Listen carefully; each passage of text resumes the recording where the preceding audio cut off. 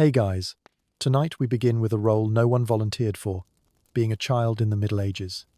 And I know, that doesn't sound like a job, but trust me, it came with more responsibilities, danger, and unpaid overtime than you'd believe. In a world where being a rat catcher was considered normal and plague survival was a full-time lifestyle, just making it to your 5th birthday. Because medieval childhood wasn't about wooden toys and singing by the fire, it was more like, wake up, carry buckets, dodge dysentery, and don't cry, or someone might think you're lazy. There were no bedtime stories, just real-time lessons in disease, famine, and the occasional arranged marriage. And if you're picturing peasant kids as the only ones struggling, spoiler, noble kids weren't much better, just more silk, stricter rules, and fancier punishments. So before you get too comfortable, take a second to like the video and subscribe, but only if this kind of grim, weird, slightly depressing history helps you wind down. And let me know in the comments where you're watching from and what time it is. I love seeing where this little medieval misery tour is reaching. Now, dim the lights, maybe grab a blanket, turn on a fan for that soft background hum, and settle in, because tonight, we're going back to a time when being born was dangerous, but being a kid, that was worse. From the moment you could walk, you were expected to work. Not help, not contribute, work, as in daily, physical, exhausting, repetitive, and entirely non-optional. If you were lucky, your first task was feeding chickens or watching the fire. If not, you were hauling buckets of water twice your weight or herding livestock that didn't care you were 3 feet tall. There was no age of play. Childhood wasn't a protected phase of life. It was a holding pattern between birth and usefulness. And if you couldn't prove your usefulness quickly, well, then you were just another mouth to feed in a world that rarely had enough bread for the people already working. No toys, no breaks, no expectations beyond survival. Your days were full of chores, not just to learn responsibility, but to keep your family alive. Firewood didn't gather itself. Meals didn't cook on their own. Animals didn't wait patiently to be tended. You weren't learning life skills, you were life support. And it wasn't like there was a gentle transition either. There was no first steps, first chores chart stuck to a wooden wall with a cute little star system. One day, someone older simply handed you a broom, or a basket, or a blunt knife, and said, go. That was it. You were in the workforce now. By age 5 or 6, most peasant children could milk animals, haul water, sweep ashes, and babysit their younger siblings. Not because it was adorable, but because if they didn't, something didn't get done. And if something didn't get done, people suffered. You weren't helping, you were necessary. And for noble children, the ones living in big stone homes with tapestries and trained tutors, their version of play wasn't exactly recess either. By the time a noble child could stand properly, they were already being trained to stand correctly. Posture, tone of voice, etiquette. Every move was a preparation for adulthood. Boys practiced sword forms with wooden weapons, not for fun, but because they were expected to be soldiers before their voices changed. Girls practiced bowing, sitting, smiling, and managing households they wouldn't own until marriage contracts were signed, usually without their consent. Even games, if you could call them that, were rehearsals for roles, war games, courtly dramas, mock feasts. If you laughed too loudly or fell out of character, you got scolded, or worse, punished. Joy wasn't encouraged. Discipline was. Back in the villages, things weren't much softer. You didn't get weekends. You didn't get holidays, unless it was a church feast day.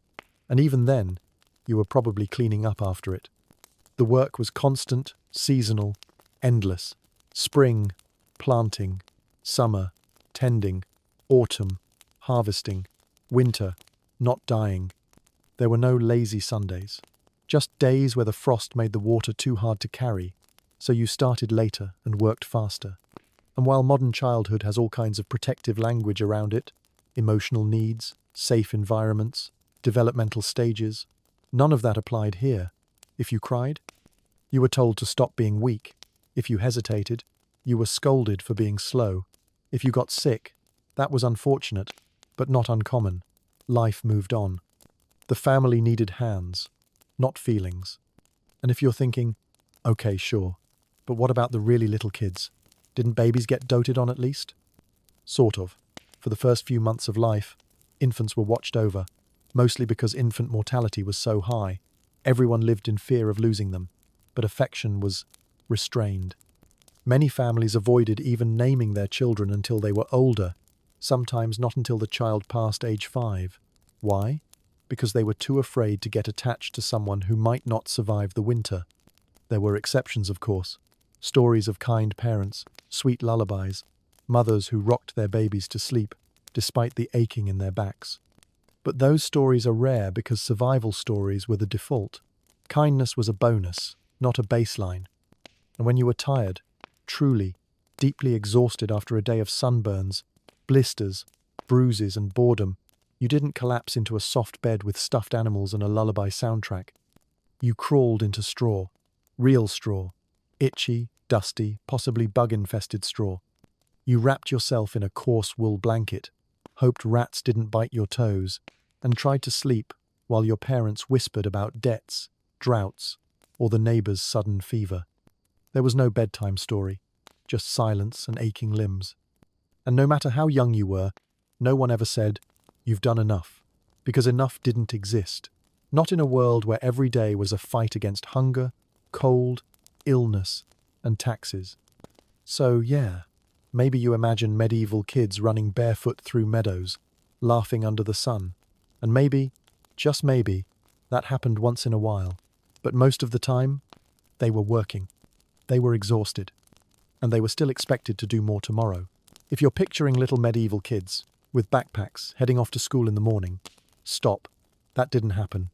Because unless you were the child of a noble, a monk, or incredibly lucky, school simply wasn't part of your reality. In fact, for most kids in the Middle Ages, the only thing you were expected to study was whatever your parents did. And you didn't need books for that, just eyes, hands, and the ability to keep up without complaining. Reading? Optional. Writing? Unheard of. Tuition? Free, because no one was teaching you anything in a classroom. Instead, your education came in the form of repetition. You learned by watching, by copying, by doing, over and over and over. If your father was a blacksmith, congratulations. You'd be hammering metal before your arms were strong enough to lift the tools. If your mother spun wool, you'd be twisting fibers until your fingers ached. And no one asked if you were interested. Interest didn't matter. Curiosity was a luxury. You were being trained to survive, and survival didn't come with electives. There were no future career paths. Your path was chosen the moment you were born. Your name, your trade, your fate, all inherited. In peasant families, boys learned from fathers, girls from mothers. Farming, baking, tanning leather, weaving baskets, brewing beer. If your parents did it, you would too.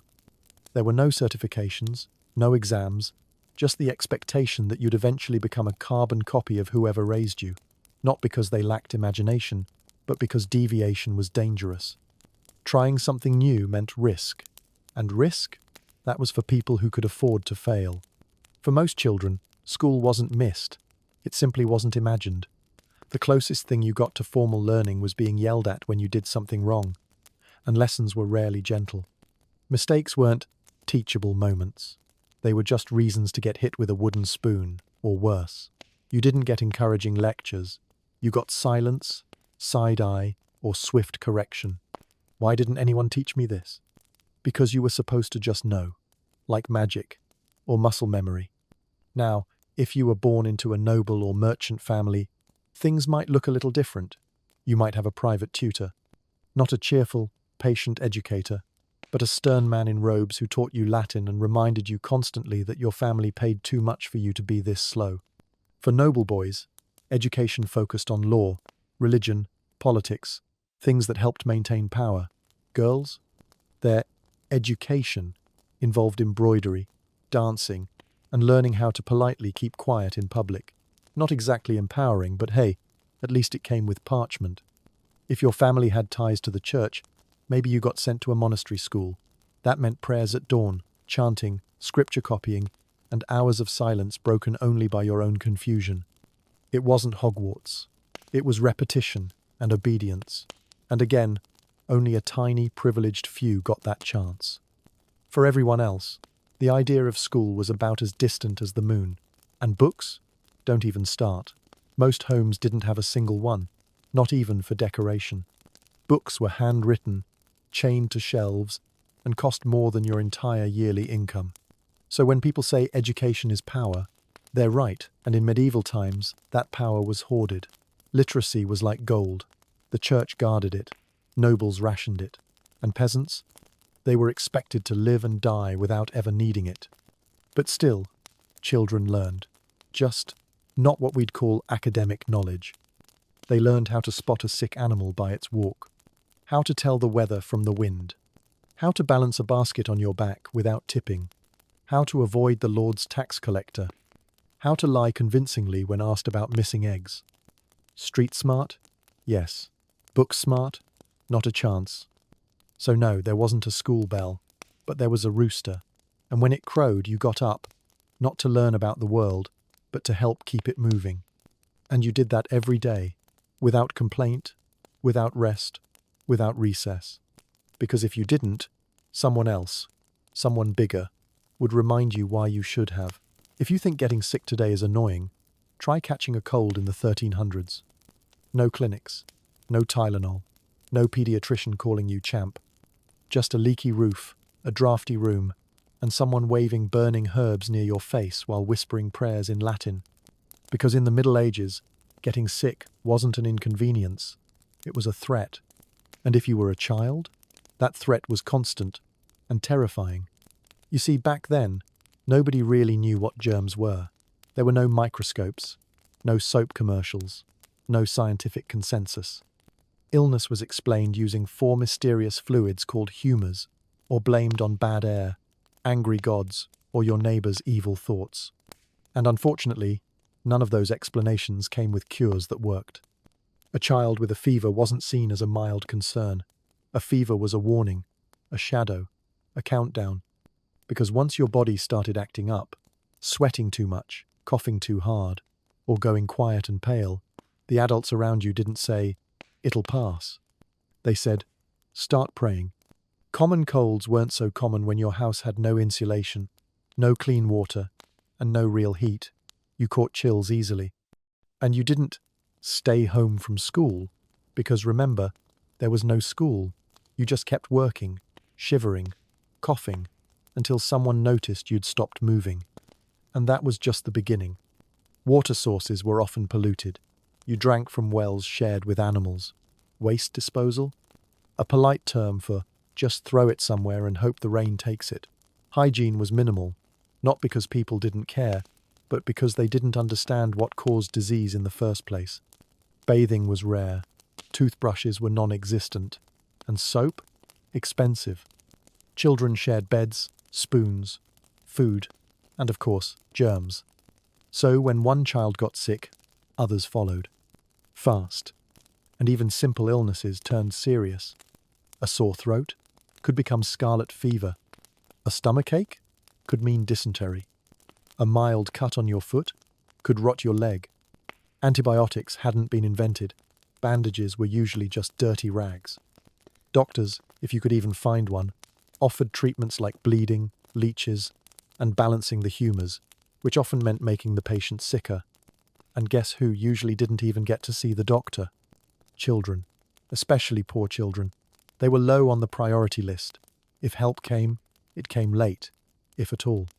So most of the time, families just waited. You wrapped the child in wool, gave them herbs, whispered prayers, and hoped. That was the treatment plan. Step 1, wait. Step 2, pray. Step 3, bury. Because death was familiar, too familiar. Some historians estimate that in certain places, up to half of all children died before the age of 5. Half.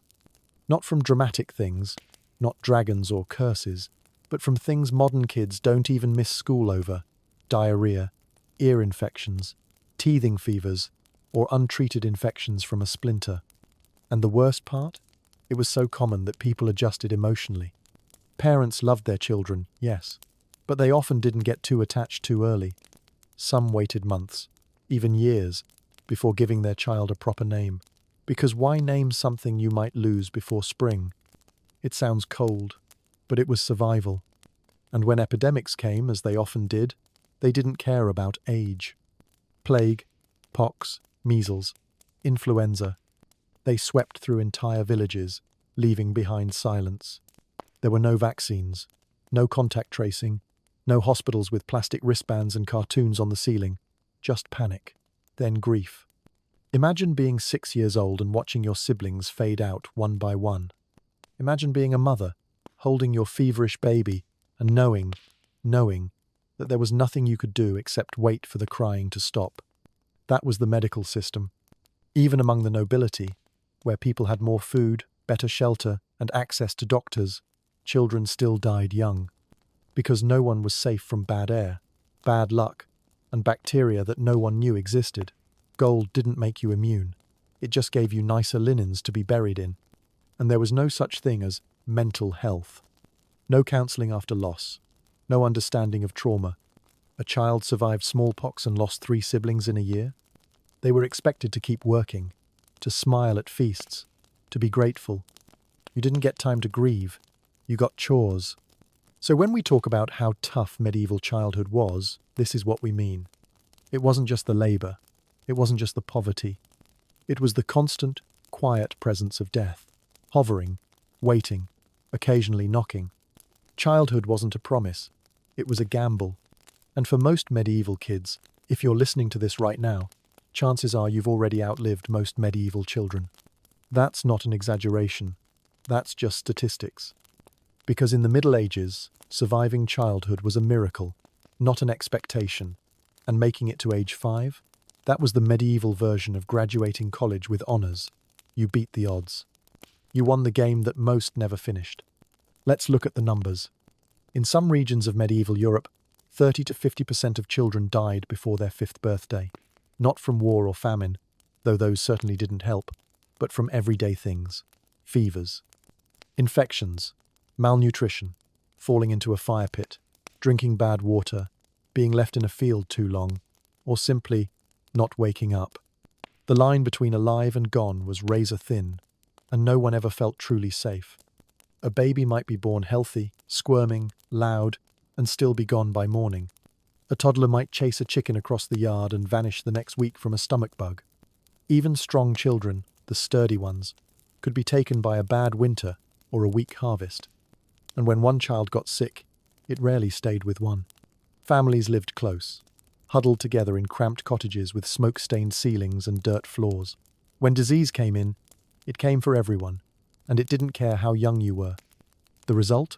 Parents, especially mothers, developed a quiet form of guarded love. They cared, they held, they sang. But many didn't name their children right away. Some waited weeks. Others waited years. Because naming something made it real, and losing something real hurt more. It was safer, emotionally, to hope quietly than to celebrate too soon. Even the language reflected this fragility. In some records, babies were referred to as little ones who may not stay.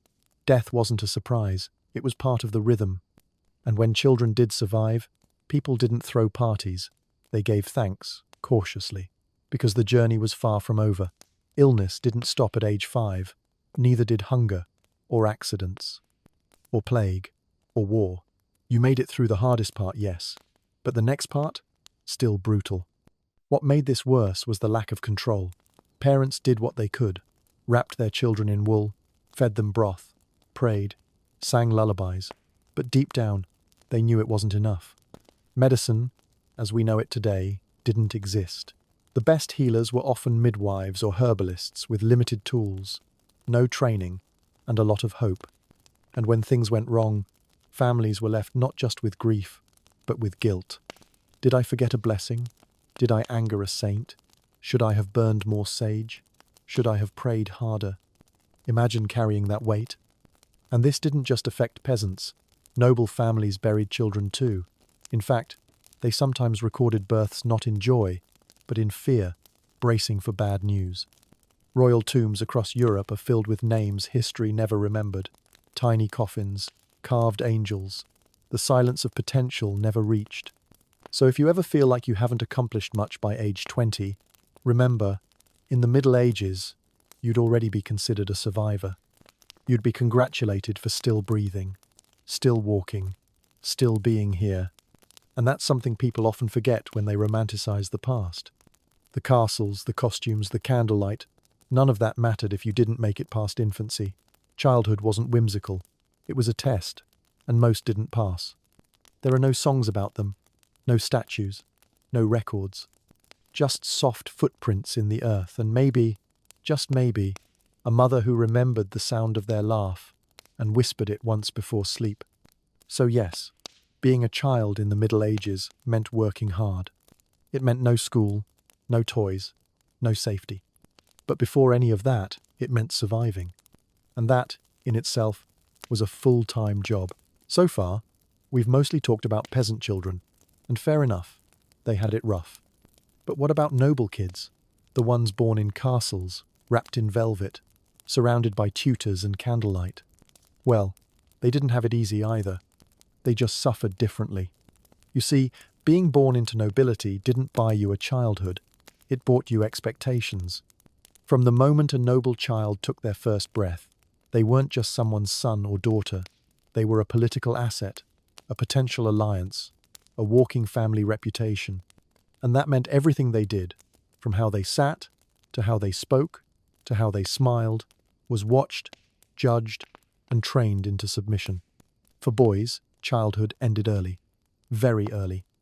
By the age of 7, noble boys were often sent away, not for school, but to serve as pages in another noble household. Not a vacation, not a summer camp, more like a 7-year-long internship with armor polishing and speech training. You learned manners, swordplay, horse care, religion, Latin, archery, and how to bow just the right amount. Not too low, that's desperate. Not too high, that's rude. Every day was correction. Every mistake was a lesson, and not always a gentle one. And if you were clumsy, or slow, or too soft-spoken, someone reminded you that weakness was dangerous. Because someday you'd be a knight, a commander, a landholder. There was no room for softness, no room for fear. Now, noble girls, their path was different, but no less restrictive. From birth, girls were trained for marriage. Not love, not partnership, marriage. And marriage meant being quiet, beautiful, obedient, and useful, in that order. By age 5 or 6, noble girls were learning embroidery, music, religious recitation, and how to walk without making noise. You think walking quietly is easy? Try doing it in heavy skirts while balancing a book on your head. If you spilled ink on your gown, or tripped in front of a guest, or laughed too loudly, someone took note. You were being watched. Always. And the reason for all this training? To prepare you to be given away. Most noble girls were betrothed by age 12, married by 14, mothers by 16. Not because they were ready, but because that's what the family needed. Because again, you weren't a person. You were a contract, a connection, a dowry in motion. And don't assume that noble kids got privacy either. They didn't have bedrooms full of books and soft lighting. Most shared quarters with attendants, nurses, tutors, and sometimes siblings. Your emotions weren't private. Your outbursts weren't forgiven. You were expected to behave with poise, even when your teeth hurt, your dress itched, or your favorite dog died last night, and no one cared. And if you stepped out of line, you didn't get sent to your room. You got shamed, publicly. Because nobles didn't just raise children, they raised symbols. And a flawed symbol was a family embarrassment. Now, you might be thinking, well, at least they had food, right? And beds? Sure, the meals were better, the walls less drafty, but that came at a cost. You ate under scrutiny. You dressed under supervision.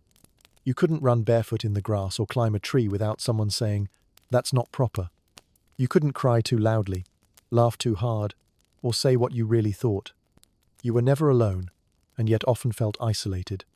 Because while peasant kids had freedom of movement, even if it came with hardship, noble kids had everything except freedom. You couldn't choose who you were. You were born into a role, and that role became your skin. Some rebelled, some withdrew, some became excellent actors. But most simply adapted, not because they wanted to, but because they had no other choice. And as they grew older, the stakes grew higher. A noble boy who embarrassed his house could ruin a marriage alliance. A noble girl who spoke out of turn could cost her family a title. Everything, everything, came back to appearance, control, legacy. So yes, noble children had softer beds, but they also had sharper expectations. And while peasant kids were being broken by labor, noble kids were being shaped by pressure, every day, in every action, like clay forced into a mold carved centuries before they were born. No one asked what they wanted. No one cared if they were afraid. They were born to serve something bigger than themselves. A family name, a crest, a kingdom. So when you picture a little prince in velvet, or a young lady dancing in the great hall, remember, behind the manners, the lace, and the smiles was a child trained to be perfect or perish trying. Because in the Middle Ages, even privilege came with a price. By today's standards, 12 is barely middle school. In the Middle Ages, it might be your wedding day. Because for medieval children, especially girls, marriage wasn't a milestone of love. It was a transaction, a duty, a timeline decided by adults who rarely asked what you thought. In noble families, marriage was less about romance and more about strategy. You didn't fall in love, you were positioned. From as early as age 7, children were betrothed. Not engaged like a modern couple posting on Instagram. No, legally promised, often to someone they'd never met, based entirely on land, power, dowry, or peace treaties. By 12, you could be married. By 14, expected to bear children. And no one paused to ask, are they ready? Because ready didn't matter. Biology and family benefit were the only prerequisites. If you were a noble daughter, your worth was measured in acres and alliances. Your beauty was described in ledgers, your dowry discussed in whispers behind tapestries. And once a match was made, that was it. You were packed, shipped, and paraded, usually to a stranger's castle, to begin your new life as wife, mother, and silent ornament. No goodbye parties, no cake, just obligation. And if you were lucky, your husband was only twice your age. But it wasn't just the nobility. Among peasants, early marriage was also common, for different reasons. You weren't sealing political alliances, but you were securing help. More hands on the farm, more bodies in the field. And children? The sooner you started, the sooner they could start working too. For poor families, a daughter was a liability until she was married. That meant one less mouth to feed, and potentially a small dowry in return. So yes, if the blacksmith's son showed interest, parents moved fast. Marriage was business. Emotions were secondary, if considered at all. And what about the children themselves? Well, most didn't have much to say in the matter. Some had no idea they were even engaged until the ceremony preparations began. One day, you're helping your mother stir the soup. The next, she's braiding your hair and explaining how to address your new husband, who's 27, owns 2 goats, and doesn't smile much. You learn to adapt, or at least pretend to. And for boys, it was only marginally better. Young noble boys might be promised in marriage before they even knew what the word meant. And when the time came, they were expected to take on adult roles, household management, land oversight, military obligation, long before their voices settled into adulthood. No one eased you into responsibility. You went from playing with a carved wooden horse to managing actual horses, staff, tenants, and in-laws. Marriage wasn't the end of childhood. It was the erasure of it. And while today's weddings are filled with emotion, celebration, and personal vows, medieval child marriages were often tense, quiet, and transactional. There were no long romantic walks, no slow dancing under candlelight, just negotiations, contracts, and the quiet pressure to not embarrass the family name. If love happened, later, eventually, it was a fortunate accident. Most couples were strangers at first. Some remained that way. And the risk for girls was even greater. Young brides faced not only emotional strain, but physical danger. Their bodies weren't ready for childbirth. Their minds weren't ready for motherhood. And yet, no one waited. If you bled, you could breed. And if you couldn't, you were whispered about, blamed, replaced, sometimes shamed into silence, other times sent back to your family as a faulty match. It wasn't just early marriage. It was early commodification. Children turned into tools of diplomacy, labor, or legacy. And once the papers were signed, there was no going back. You belonged, legally, socially, and emotionally, to someone else. Some children found kindness in their spouses, others found cruelty. But all found one thing in common. No one asked what they wanted.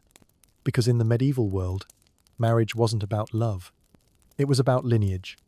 It was about land. It was about control. And children? They were just the first pieces moved on the board. In the Middle Ages, parenting wasn't gentle. It wasn't patient, reflective, or supported by parenting books with pastel covers.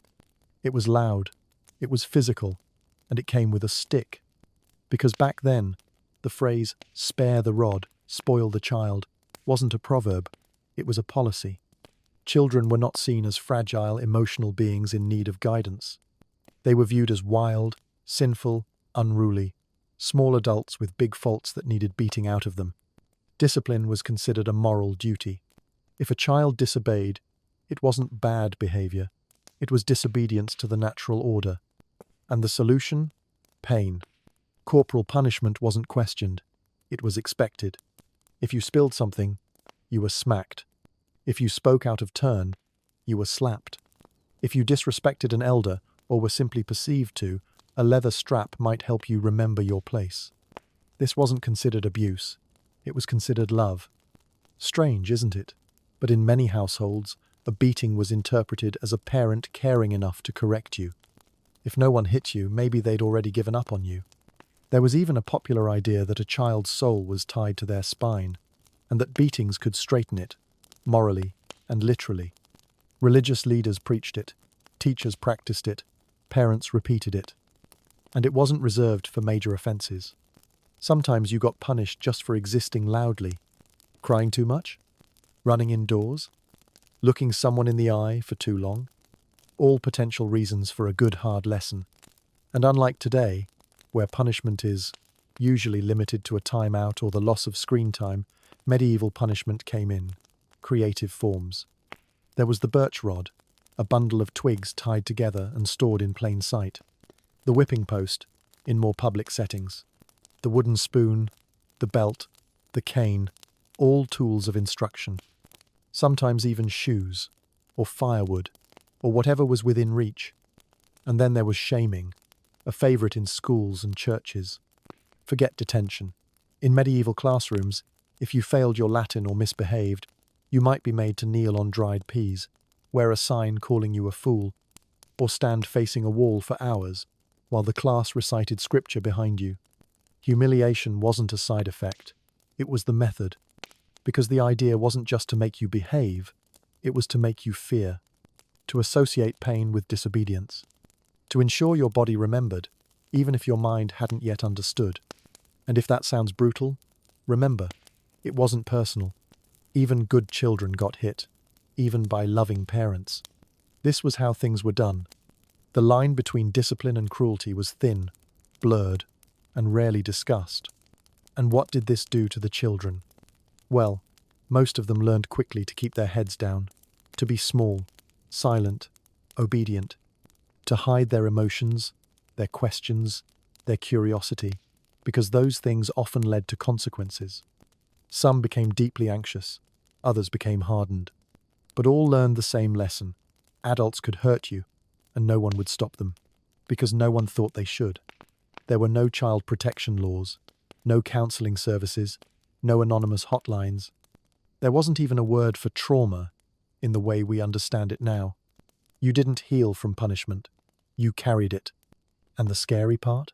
It didn't always stop when you became a teenager.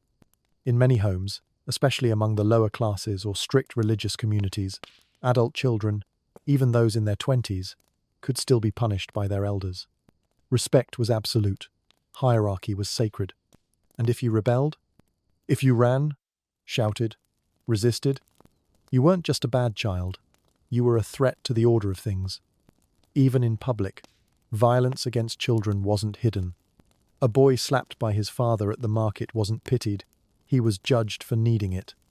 A girl pulled by her ear in church wasn't shielded. She was expected to apologize. Children were not seen as needing protection. They were seen as needing control. And that's perhaps the most tragic part. Because behind every strike, there might have been care. Behind every punishment, some sense of love. But it was filtered through a system that saw pain as purification and fear as virtue. So when we talk about medieval childhood, we can't just talk about hard labor or bad food. We have to talk about raised hands, raised voices, raised expectations. Because in that world, being a child wasn't just difficult, it was dangerous. And you learned, quietly, painfully, that love didn't always feel like love. Today, we talk about childhood like it's sacred. A protected space, a time to grow, explore, mess up gently, and figure things out slowly. But in the Middle Ages, that concept didn't exist. There was no childhood in the way we understand it now. You weren't a category, you were a size. To most adults, a child was just a smaller, unfinished adult, one who hadn't yet learned how to be useful, obedient, or silent. There was no pause between birth and responsibility.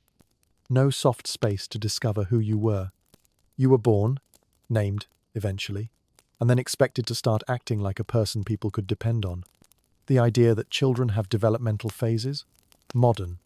The medieval world didn't care about your emotional needs or self-expression. You didn't have feelings. You had chores. You had duties. And if you showed too much emotion, sadness, anger, joy, confusion, it was seen as immaturity at best, insolence at worst. You were trained, not raised. Everything around you, the adults, the church, the customs, treated you as someone on a fast track to adulthood. You dressed like a miniature version of your parents. You were expected to mimic adult speech, behavior, and beliefs. There was no space to question, no room to say, "I don't know yet." Even your play, when you had time for it, wasn't really yours. You played what adults approved of, games that trained your hands for work, or your posture for courtship, or your reflexes for war. You didn't make up fantasy worlds. You rehearsed for reality. And if you strayed, if you acted silly or too free for too long, someone reminded you, firmly, that you weren't a baby anymore. At 5, 6 if they were generous. The church didn't help much either. In many teachings, children were viewed as born sinful, flawed from the start. You didn't learn bad behavior. You were born with it, and the job of every adult was to train it out of you before it ruined your soul.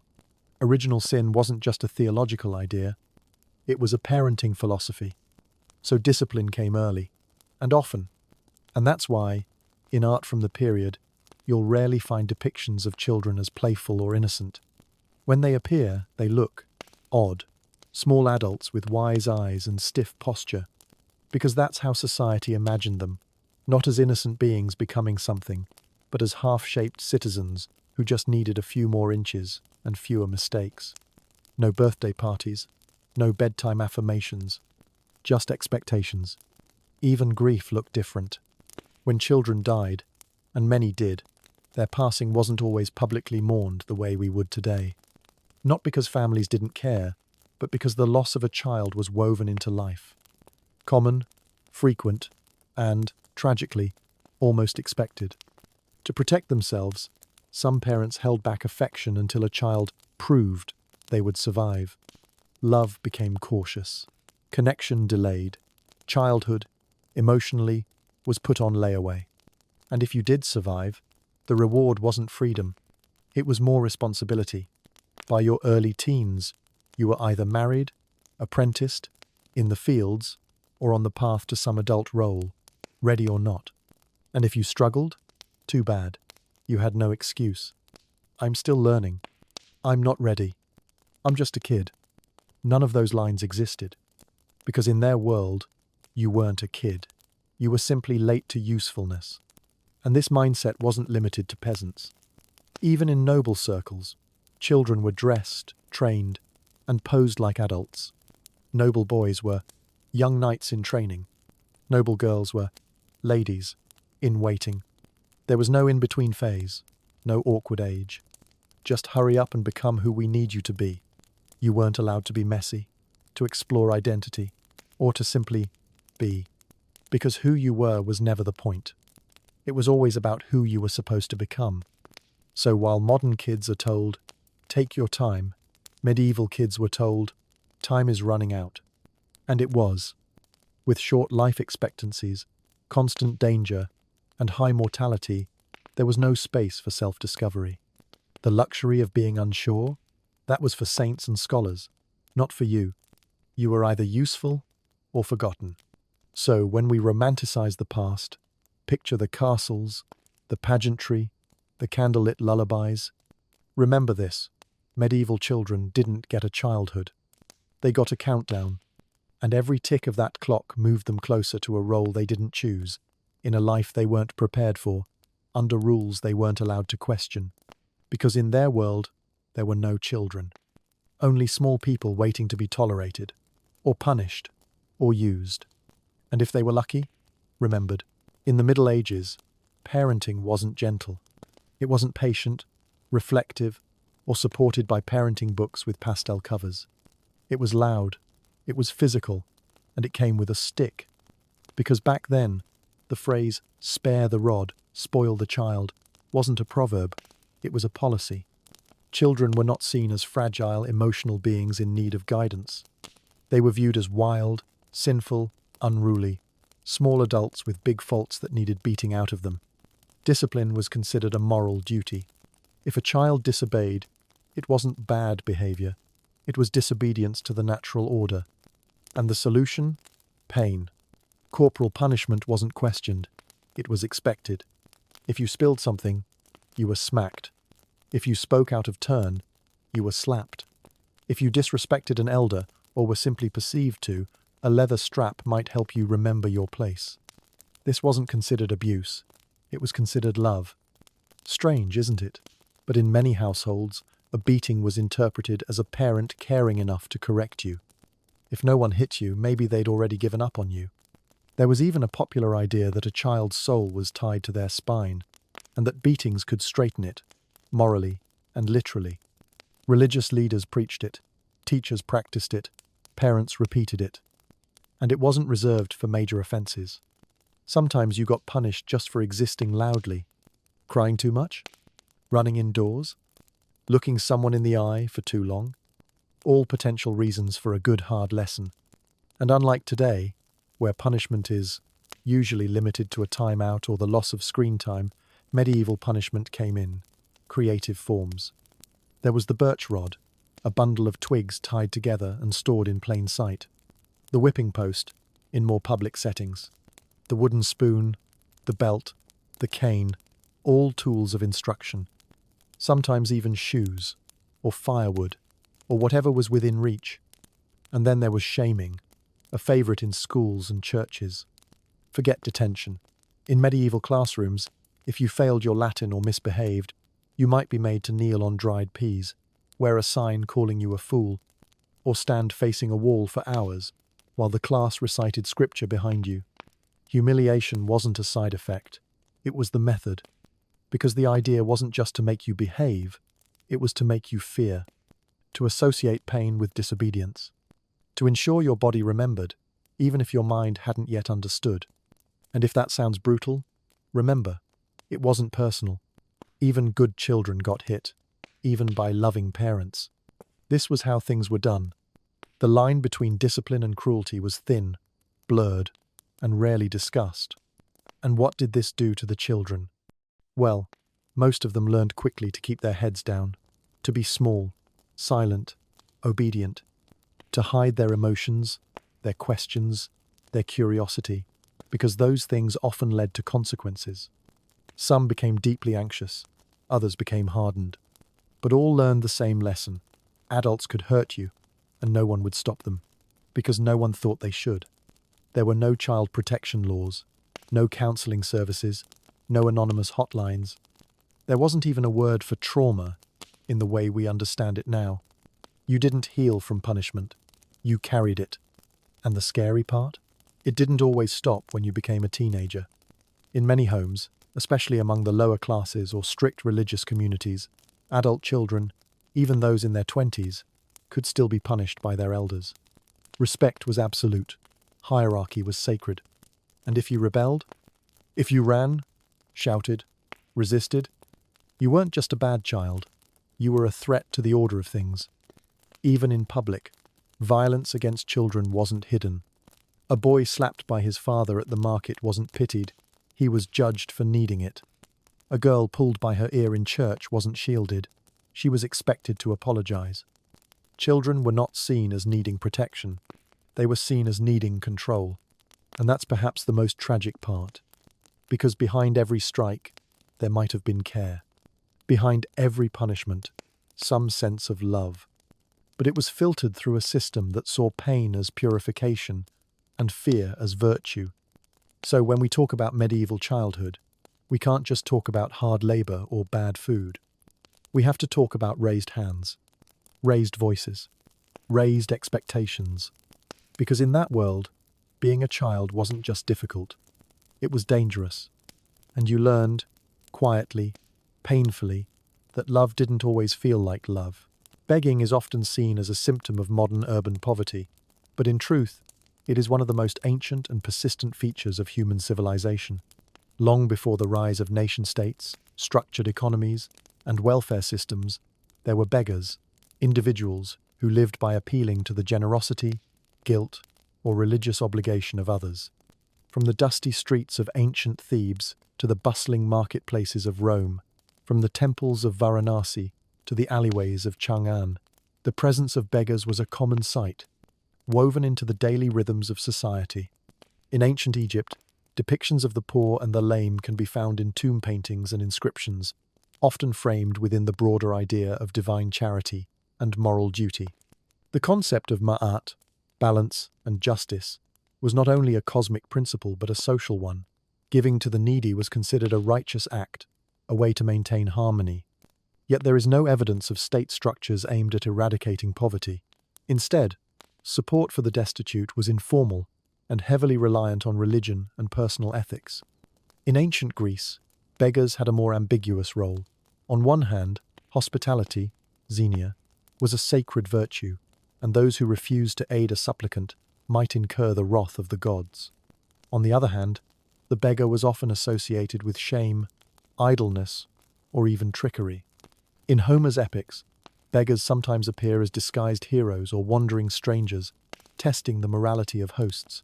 This duality, between divine messenger and social parasite, followed the figure of the beggar throughout antiquity. In Rome, the situation grew more complex. The imperial city had a vast population and a widening wealth gap. While some forms of public assistance existed, such as grain distributions, a nona, there was no comprehensive system for supporting the poor. Begging became a fixture of Roman life, particularly in temples, forums, and public baths. Some beggars were disabled veterans, others were children, the elderly, or widows with no family support. It was common for wealthier Romans to carry small coins specifically for almsgiving.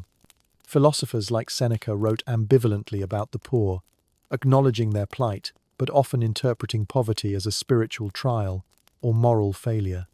Moving eastward, in ancient India, begging assumed a more institutionalized form, especially among religious mendicants. In Hindu and Jain traditions, asceticism was a respected path, and bhikshus, monks, who lived off alms, were considered spiritually elevated. The same held true in early Buddhism, where monks and nuns intentionally renounced possessions and relied on daily alms rounds as part of their spiritual discipline. These religious beggars were not seen as burdens, but as vessels of merit. Giving to them was not charity, but a spiritual investment with karmic rewards. However, this didn't erase the presence of non-religious beggars, those forced by hardship into lives of dependency. In ancient China, begging was both stigmatized and structurally tolerated. Confucian ideals emphasized order, hierarchy, and familial responsibility, and those without family were often viewed with suspicion. Nonetheless, imperial records acknowledge the presence of beggars, especially during times of famine, war, or dynastic collapse. The Han and Tang dynasties, for example, recorded mass migrations of displaced peasants, many of whom resorted to begging. In some cities, officials kept registers of beggars and occasionally provided food relief. Yet social mobility was limited, and the label of a beggar, once applied, could follow someone for life. A recurring pattern across civilizations is that begging often flourished, not simply due to personal failure, but because of systemic breakdowns, warfare, famine, economic collapse, or political upheaval. When the basic support structures of society failed, large populations were thrust into the margins. Beggars became a visible symptom of deeper social fractures. At the same time, beggars were often paradoxical figures, marginal yet ever present, shunned yet needed.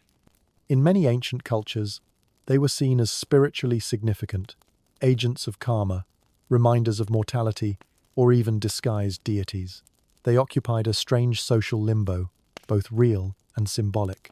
Their presence challenged moral norms, social boundaries, and even power structures. Who owed what to whom? Was giving a duty or a choice? Could begging be honorable? In sum, begging in ancient times was not a monolithic or marginal anomaly. It was a complex, multivalent institution deeply embedded in religious beliefs, cultural practices, and social structures. Whether seen as victims, tricksters, spiritual seekers, or burdens, beggars were part of the moral architecture of ancient societies. Their stories may not be written in stone, but they echo through every corner of the ancient world.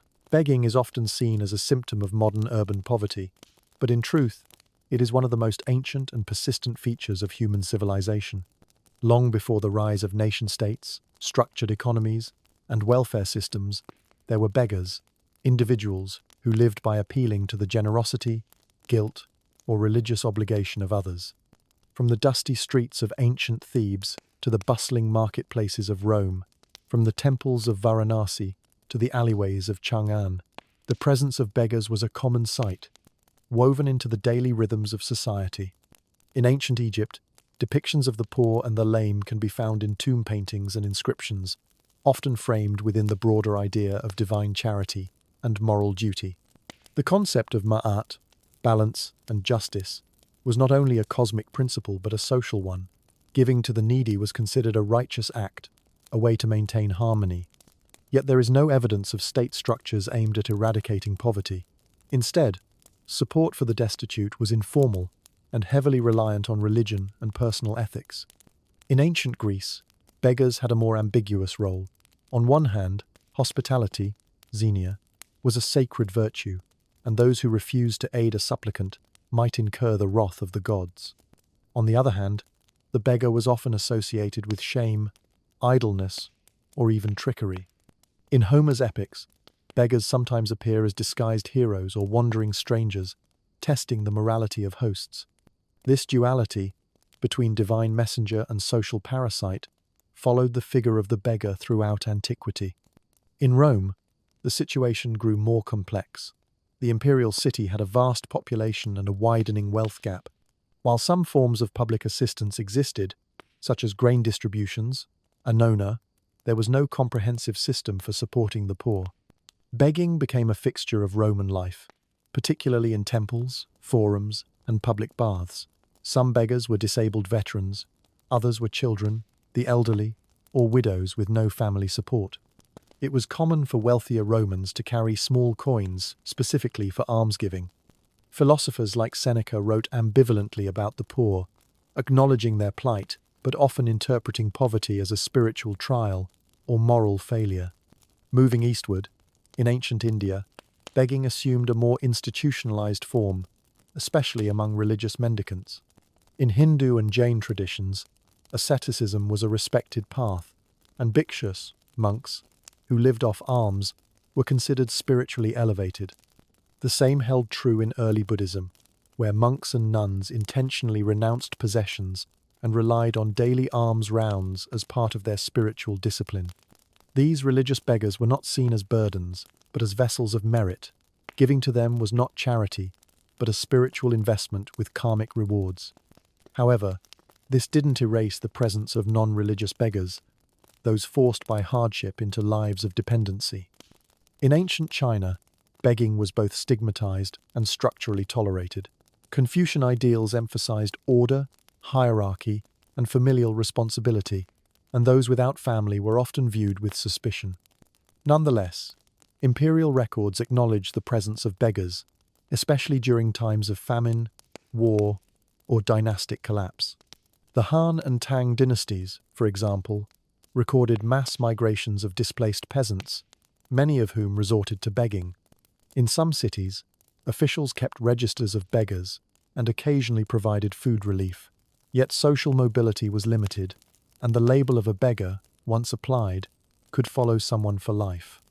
A recurring pattern across civilizations is that begging often flourished, not simply due to personal failure, but because of systemic breakdowns, warfare, famine, economic collapse, or political upheaval.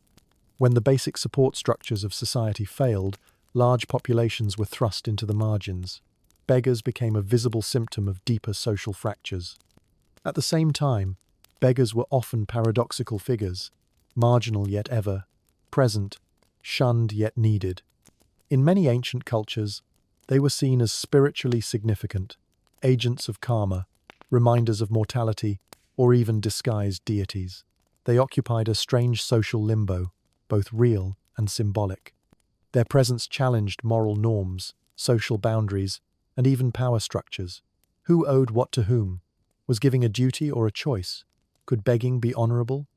In sum, begging in ancient times was not a monolithic or marginal anomaly. It was a complex, multivalent institution deeply embedded in religious beliefs, cultural practices, and social structures. Whether seen as victims, tricksters, spiritual seekers, or burdens, beggars were part of the moral architecture of ancient societies. Their stories may not be written in stone, but they echo through every corner of the ancient world. While begging is often seen today as a condition of desperation or misfortune, in many pre-modern societies it took on a more complex and sometimes organized role. In feudal social systems, particularly those with rigid class hierarchies and limited economic mobility, begging occasionally evolved into a kind of profession, not a career by aspiration, but a recognizable, even semi-regulated, position within the societal structure. It was a role both marginalized and strangely institutionalized. In medieval China, especially during the Ming and Qing dynasties, there were reports of highly organized beggar guilds. These were not random street wanderers, but members of networks that had codes, leaders, and even geographic jurisdictions. In cities like Beijing or Nanjing, different districts were assigned to different beggar groups who operated much like labor unions, except in reverse. These groups collected dues, enforced internal discipline, and dealt harshly with unauthorized beggars who tried to encroach on their territory. Within their ranks were distinct roles. Some posed as the blind or crippled, others performed street acts, while some handled coordination or collections. Far from being chaotic or disorganized, this was a structured subeconomy within the larger feudal society. Similar systems existed in parts of medieval India, where entire castes or communities were associated with mendicancy. In some cases, begging was not merely tolerated but ritualized. Certain Brahmin sects, for instance, accepted alms not out of poverty but as a sacred duty. Meanwhile, other groups, excluded from landholding or formal labor, begged as a communal occupation passed down through generations. These communities might specialize in certain songs, stories, or performances while begging, making their presence a regular, if humble, part of village life. This was especially true in times or regions where the caste system rigidly dictated occupational boundaries, making social mobility nearly impossible. In Europe, especially in late medieval and early modern periods, begging too began to acquire an institutional face. The feudal structure left little room for economic self-determination among peasants, and many who lost their land due to war, crop failure, or enclosure policies, as in Tudor England, had no alternative but to beg. In cities, certain forms of begging were regulated by municipal authorities. Licensed beggars, often those considered deserving poor, such as the elderly, disabled, or widowed, were allowed to solicit alms. Others, labelled as vagrants or sturdy beggars, faced punishment, imprisonment, or forced labour. This distinction between deserving and undeserving beggars reflected deeper moral and religious attitudes. Christian teachings emphasized charity as a virtue, but also warned against idleness and deceit. As a result, beggars had to perform a balancing act, presenting themselves as needy enough to deserve help, but not so idle as to offend social norms. Some took up quasi-theatrical tactics, wearing tattered robes, showcasing visible wounds, or carrying infants, real or fake. The performance of poverty became part of the profession. In Islamic societies, begging was likewise shaped by religious frameworks. Zakat, or almsgiving, is one of the 5 pillars of Islam, and helping the poor was seen as a sacred duty. However, this did not mean all beggars were equally respected. In cities across the Abbasid and later Ottoman empires, waqf, charitable endowments, were set up to manage support for the poor, including soup kitchens and shelters. Still, some beggars operated independently, often settling outside mosques or markets. Over time, these too formed informal networks, and some even used religious symbolism or recitations to encourage donations. What unites these varied cases is a central paradox. Begging was seen as both a sign of failure and a part of the social fabric. It was unwanted, yet expected. In the absence of modern welfare states, societies had to absorb and manage poverty in alternative ways. And one such way was to make begging a tolerated and sometimes organized form of existence. Thus, while it may seem contradictory to call begging a profession, in feudal contexts it often behaved like one. It had methods, hierarchies, codes of conduct, and social recognition, however lowly. More importantly, it reveals how structured inequality and limited options could transform even survival itself into a systemic role. Beggars were not outside the system. They were the shadows that followed it, step by step. Throughout history, religions have shaped not only how people understand suffering and charity, but also how they perceive beggars themselves. In many ancient and pre-modern societies, the act of begging was not automatically seen as shameful or dishonorable. On the contrary, in some religious traditions, it held deep spiritual meaning, transforming the beggar into a symbol of humility, sacrifice, or divine connection. In Buddhism, for example, begging is not only accepted but revered within the monastic path. The Buddha himself and his disciples practiced alms rounds, pinyuapata, as a core spiritual discipline. Monks and nuns were to own no possessions, prepare no food, and live entirely off what was given to them freely. This dependence on the lay community fostered humility, detached the monastics from material craving, and allowed lay people to generate merit through generosity, dana. Importantly, the Buddhist monk was not a beggar in the modern sense. There was no pleading or pressure, only silent presence and acceptance. Giving was not transactional, but karmic, a spiritual bridge between giver and receiver. Similarly, in Hinduism, certain ascetics known as sadhus or sannyasis adopt a life of renunciation, wandering from place to place and subsisting on alms. These individuals voluntarily withdraw from the cycle of worldly duties, wealth, and family ties to seek liberation, moksha. To give them food or coins was considered a pious act, aiding both parties in progressing towards spiritual freedom. Hindu mythology often contains stories where gods appear in disguise as beggars to test human compassion. Thus, refusing a beggar could be seen as refusing the divine itself. Jainism, perhaps more than any other religion, emphasizes extreme non-possession. Jain monks and nuns live lives of radical detachment, relying entirely on the lay community for sustenance. However, they follow strict codes even in alms-taking, refusing food if not freely offered or if taken with attachment. For Jains, the act of begging is not one of humiliation but of purification. It represents the ultimate surrender of ego and desire. In the Christian tradition, attitudes toward begging are more varied and evolved over time. In the early church, poverty was closely tied to piety. Jesus himself lived a simple life and taught his followers to give to the poor as an act of love and obedience to God. Saints and early monastic orders, like the Franciscans, embraced voluntary poverty, walking barefoot, and living off alms to mirror Christ's humility. Saint Francis of Assisi, for example, considered begging not just a necessity, but a form of sacred dependence. However, by the late medieval period, especially in Europe, the rise of urban populations and mass poverty created tensions. While Christian doctrine still taught the virtue of almsgiving, the Church also began categorizing the poor into deserving and undeserving.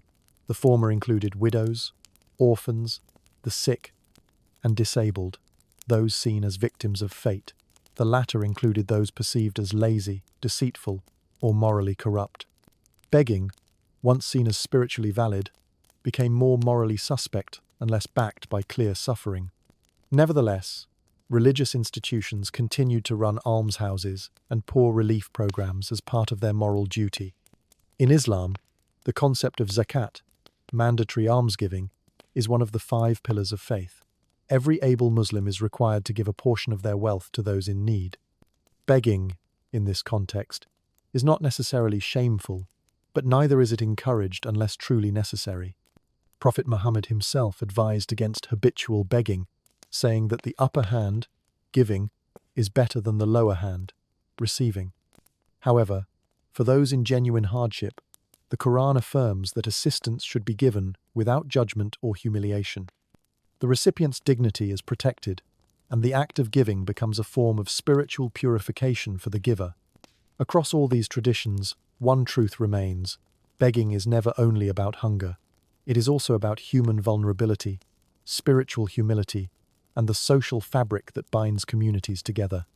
In religious thought, the beggar is not just someone in need, but someone who offers others the chance to do good, to transcend ego, and to fulfill sacred duties. Thus, far from being marginalized, the beggar, especially the religious mendicant, was often placed near the spiritual center of society. Their presence posed a challenge, not only to individual generosity, but to collective values. They asked not just for bread, but for meaning. Not all forms of begging are created equal. While the public often views beggars as victims of circumstance, history reveals a far more complex picture, one where begging was sometimes a spiritual choice, a social role, or even a personal philosophy. Understanding the distinction between voluntary begging and forced begging is crucial to interpreting the deeper meanings behind this ancient and persistent human condition. Voluntary begging, a chosen path. In many spiritual traditions, individuals deliberately chose to beg, not out of economic desperation, but as an act of renunciation. These were voluntary mendicants, people who gave up material possessions and social status in pursuit of spiritual or philosophical goals. Rather than being cast out by society, they often operated within respected frameworks of religious asceticism. Buddhist monks are a well-known example. They vow to live without personal possessions, including food, and collect daily alms as a form of spiritual discipline. The act of accepting alms is as important for the giver as for the receiver. It creates a symbiotic relationship rooted in humility, generosity, and mutual respect. In this context, begging is neither degrading nor accidental. It is intentional and even noble. Similarly, in Hinduism, certain ascetics known as sadhus or bhikshus voluntarily remove themselves from worldly life. Their lives of wandering and alms collection symbolize detachment from ego and material desire. To give to a sadhu is not to pity him, but to honor his path. Even in early Christianity, figures like Saint Francis of Assisi embraced holy poverty, choosing a life of begging to imitate the life of Christ. These forms of begging were seen not as weakness, but as strength, a way of transcending the ordinary for the sacred. What unites these cases is choice. The beggar in these instances is not without alternatives. They are choosing a path that uses vulnerability as a form of spiritual leverage. Their lack is not due to loss, but to intentional abandonment. Forced begging, the absence of choice. In contrast, forced begging emerges when individuals are pushed into the streets by external forces, war, famine, systemic inequality, or personal catastrophe. These beggars do not reject material life, they are rejected by it. They lack land, kin, security, and often dignity. Their begging is not a statement of philosophy but a last resort. Ancient societies produced such beggars in large numbers. During times of famine in China or India, mass migrations of displaced peasants flooded cities, where they had no means of support. In medieval Europe, widows, orphans, and the disabled often had no other way to survive. In these cases, begging was a survival mechanism, not a calling. In more recent history, especially under colonial regimes or exploitative systems, forced begging has also taken more sinister forms. Children, particularly, have been exploited, coerced into begging by criminal networks or impoverished families. In such cases, begging is not just involuntary, it's institutionalized suffering. The person begging is used as a tool, stripped of agency entirely. Even in ancient societies, there were attempts to distinguish between these categories. In medieval Christian Europe, terms like deserving and undeserving poor were coined to differentiate the helpless from the idle. Though the distinction was flawed and often moralizing, it reflected an awareness that not all begging stemmed from the same cause. The thin line between philosophy and desperation. Sometimes, however, the line between voluntary and forced begging blurs. A monk may renounce wealth, but what happens if no one gives?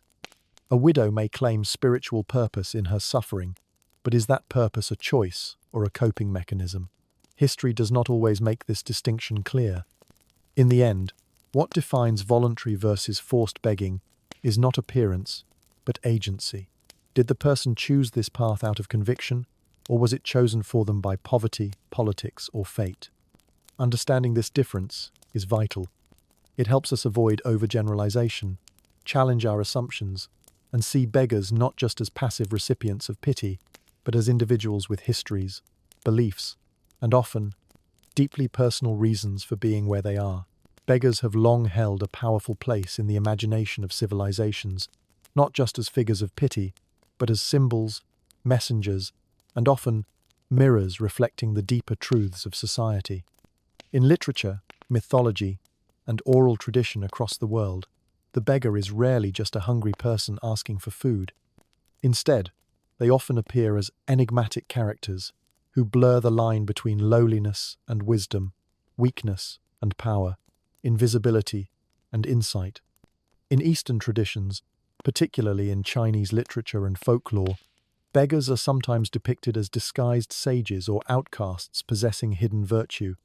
One of the most famous examples is Ji Gong, a Buddhist monk from the southern Song dynasty who dressed in rags, begged for food and wine, and acted erratically, but who was believed to possess miraculous powers and deep compassion. Though the establishment saw him as a disgrace, the common people revered him as a holy man in disguise.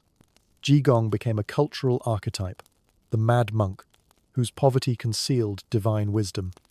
Another recurring theme in Chinese stories is the motif of emperors or nobles disguising themselves as beggars to test the morality of the common people or officials. These stories invert power structures. The beggar is the true king, and how others treat him reveals their virtue or vice. In this way, the beggar becomes a tool of cosmic justice, a disguise for the divine. In Indian epics, too, beggars appear as liminal figures. In the Mahabharata, the hero Arjuna disguises himself as a wandering ascetic during exile, gaining both humility and clarity. Meanwhile, beggars also appear in stories about karma and fate, sometimes as people punished for past actions, other times as vehicles of spiritual challenge. Gods like Shiva are known to wander the world in disguise, appearing as poor beggars to test devotion. The act of giving to a beggar thus becomes more than charity, it is a chance to interact with the divine. In Western literature, beggars also carry symbolic weight. In Greek mythology, Homer's Odyssey features one of the earliest and most dramatic uses of the beggar disguise. Odysseus, returning home after 20 years, enters his own palace dressed as a beggar. In this humble form, he observes who among his household remains loyal. The disguise allows him to act with anonymity, humility, and eventually, righteous vengeance. The theme is clear. The beggar sees all, and is not to be underestimated. Medieval European tales, especially within the Christian tradition, often portray beggars as Christ-like figures or as recipients of divine charity. Saints like Martin of Tours and Francis of Assisi are remembered for their kindness toward beggars, often giving away all they had. In these stories, the beggar is a test of the soul. How one treats them determines moral worth. At the same time, religious literature warned against false beggars or tricksters who exploited others' compassion, reflecting a complex moral tension between piety and suspicion. In folklore, beggars are sometimes the ones who grant blessings or curses, a common tale across cultures. A beggar comes to a village and is turned away by all but one humble person. The beggar then reveals their true nature, often a god, spirit, or angel, and rewards the kind while punishing the selfish. These stories reinforce the idea that appearances are deceptive and that compassion should never be withheld based on status. Even in modern literature, beggars persist as powerful symbols. In works like Victor Hugo's Les Misérables, the suffering of the poor is central to a larger moral and social critique. Characters like Fantine and the bishop, though not all beggars in the strict sense, represent the thin line between dignity and destitution. Their interactions with poverty serve to humanize and elevate those otherwise discarded by society. Ultimately, the beggar in literature and legend is rarely just a passive figure. They may be hidden royalty, divine messengers, tricksters, or truth-tellers. They occupy the threshold between worlds, rich and poor, sacred and profane, seen and unseen. In doing so, they challenge both characters and readers to confront their own assumptions about worth, dignity, and power. Through these enduring images, literature reminds us that the beggar's bowl may be empty, but their presence is full of meaning.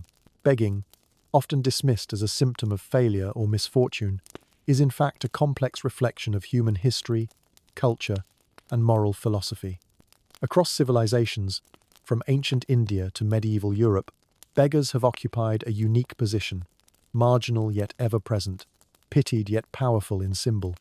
Through this exploration, we've seen that begging was not always an act of desperation. Sometimes, it was a chosen path, rooted in spiritual conviction or philosophical resistance. Other times, it was the final option for those cast out by war, poverty, or rigid social structures. Beggars existed at the intersection of injustice and belief, of economic collapse and moral responsibility. They were not only recipients of charity, but also silent challengers of privilege. Their presence exposed the fault lines of stratified societies and called into question the fairness of inherited systems. And in literature and legend, beggars became vessels of meaning, testing characters, delivering truths, or embodying divine presence in disguise. Ultimately, the figure of the beggar forces us to ask enduring questions. What does it mean to give, to need, to choose poverty, to be seen or unseen by society? In every era, begging tells us more than we expect, not just about those who beg, but about those who watch, judge, or ignore. And so, the beggar remains, not just on the street, but in our stories, in our ethics, and in our collective memory, a quiet figure, asking for more than just alms, asking, perhaps, for understanding.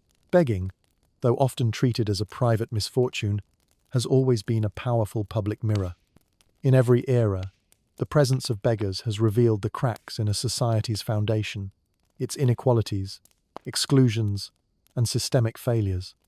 To understand the role of beggars in ancient and feudal societies is to confront the harsh realities of social stratification, where one person's survival often depended on another's abundance or indifference. In most pre-modern civilizations, social hierarchy was rigidly enforced. Class, caste, gender, and occupation were typically fixed by birth, and mobility was rare. The wealthy and powerful existed in sharp contrast to the working poor, and below them, those with no land, no lineage, or no role, the marginalized, including beggars. Their visibility in public spaces made them impossible to ignore.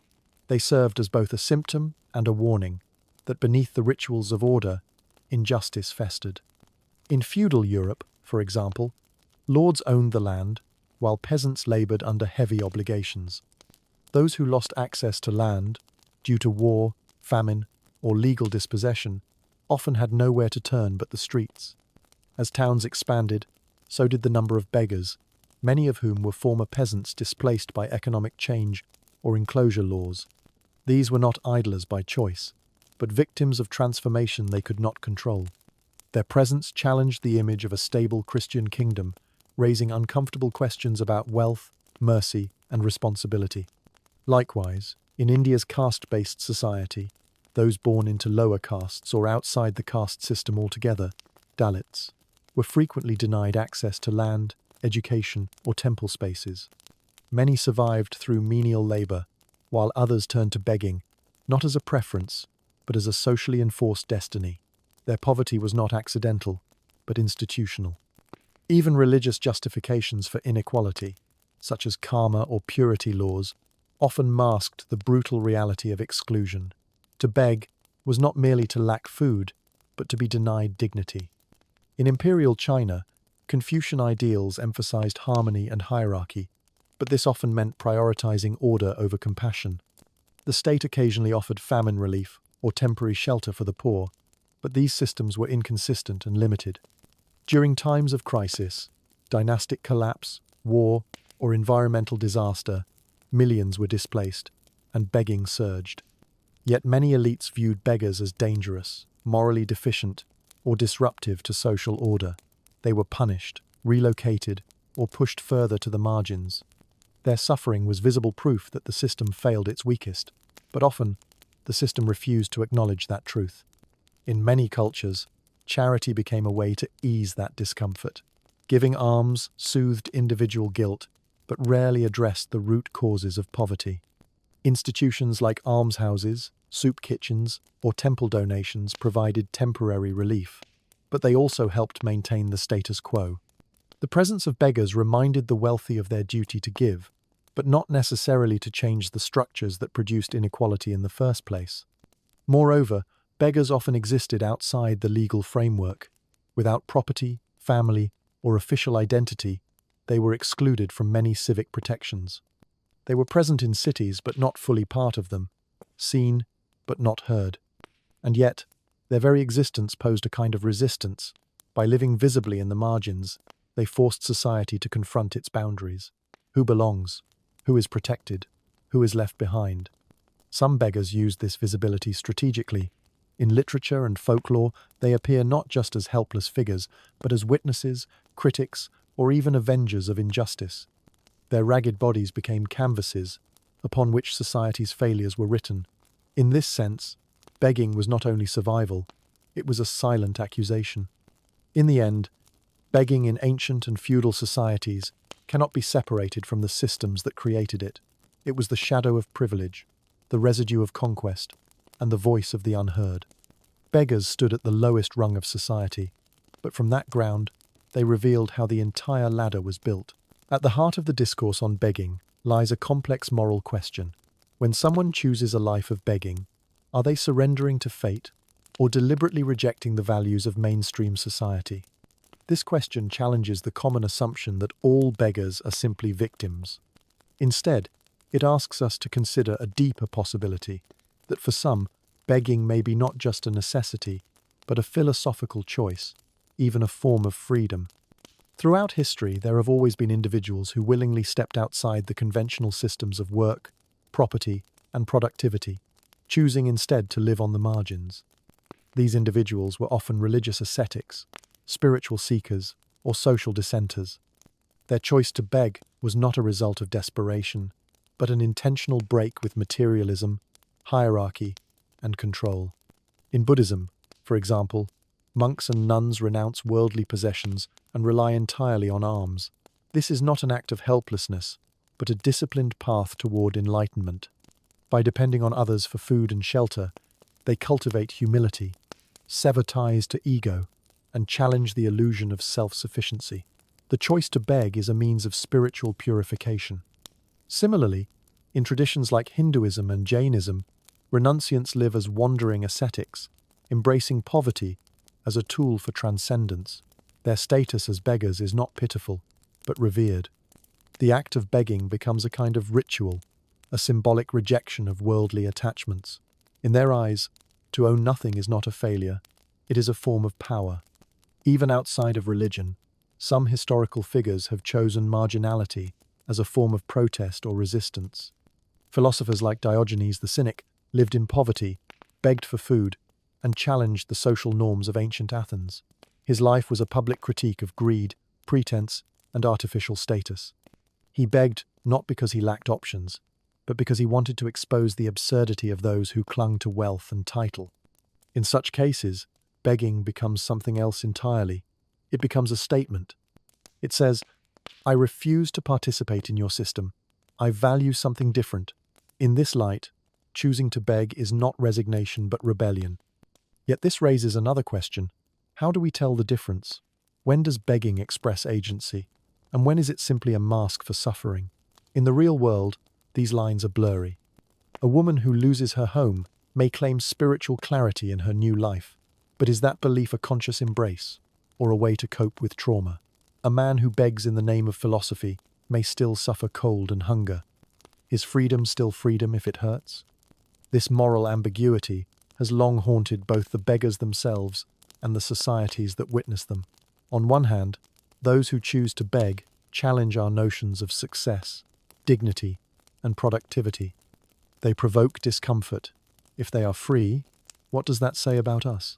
On the other hand, romanticizing poverty can be dangerous. It risks ignoring real suffering, and worse, blaming the poor for their own hardship. The truth is, not all beggars choose, and not all choices are equal. Some choose because they are driven by faith, principle, or vision. Others choose because all other doors have closed. And some live in the space between, neither fully free nor fully forced, but surviving on what is left. Ultimately, this moral question does not have a clean answer, but it reminds us to approach beggars not with pity or suspicion, but with awareness and humility. Each person on the street may carry a story we do not see, a story of loss, conviction, or quiet resistance. Their presence urges us to ask not only what they are doing, but what we are avoiding. Is begging a defeat, or is it a choice to live differently? Perhaps the answer depends less on them, and more on how we choose to see them. Begging, often dismissed as a symptom of failure or misfortune, is in fact a complex reflection of human history, culture, and moral philosophy. Across civilizations, from ancient India to medieval Europe, beggars have occupied a unique position, marginal yet ever-present, pitied yet powerful in symbol. Through this exploration, we've seen that begging was not always an act of desperation. Sometimes, it was a chosen path, rooted in spiritual conviction or philosophical resistance. Other times, it was the final option for those cast out by war, poverty, or rigid social structures. Beggars existed at the intersection of injustice and belief, of economic collapse and moral responsibility. They were not only recipients of charity, but also silent challengers of privilege. Their presence exposed the fault lines of stratified societies and called into question the fairness of inherited systems. And in literature and legend, beggars became vessels of meaning, testing characters, delivering truths, or embodying divine presence in disguise. Ultimately, the figure of the beggar forces us to ask enduring questions. What does it mean to give, to need, to choose poverty, to be seen or unseen by society? In every era, begging tells us more than we expect, not just about those who beg, but about those who watch, judge, or ignore. And so, the beggar remains, not just on the street, but in our stories, in our ethics, and in our collective memory, a quiet figure, asking for more than just alms. Asking, perhaps, for understanding. Close your eyes. You're standing in a cool underground chamber, lit by the wavering light of a single torch. The walls are damp. Something drips softly in the background, hopefully water. Before you stands a statue, carved from pale limestone, weathered by centuries, but remarkably intact. She's not tall, maybe 5 feet if she stood free. Her robes, once imperial, now ripple in stone like frozen fabric in a forgotten wind. And her face? It's not the face of a goddess, not the serenity of the Virgin Mary, not the blank calm of ancient kings. Number. This is a face you might see in a moment of pure, personal terror. Her eyes are open wide, not with awe, but with something very close to panic. Her mouth isn't closed in silent grace.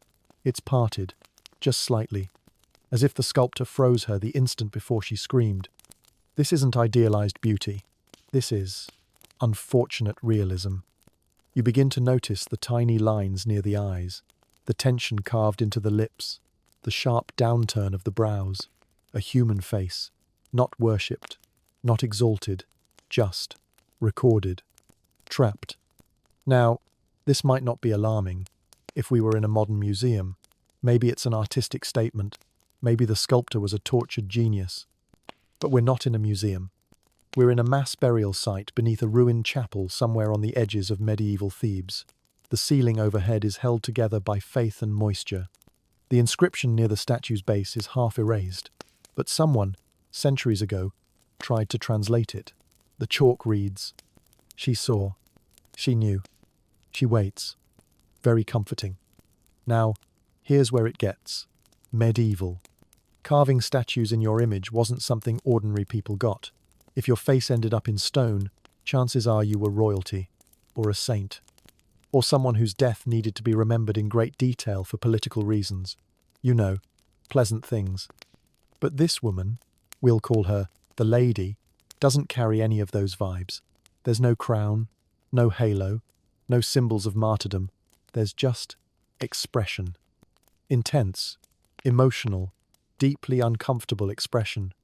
So the question stands, why would a medieval sculptor, trained to glorify nobles and immortalize saints, carve a woman in the act of suffering? Theories, of course, abound. Maybe she was a prisoner, a noblewoman accused of heresy. Maybe she spoke Latin too fluently, or owned a cat. Maybe she bled on the wrong day, and someone thought she was a witch. In medieval Europe, those were all solid paths to a creative death. Or maybe, this is the fun version. She was a queen. Not a good one, of course. A dangerous one. The kind of queen that read books, wore trousers, or told a bishop to sit down. The kind who wielded power through whispers, who smiled when others slept. Maybe she saw too much, and the sculptor was ordered to remember her, not as a figure of grace, but as a warning. This is what happens when women dream. But perhaps the most haunting detail isn't the fear.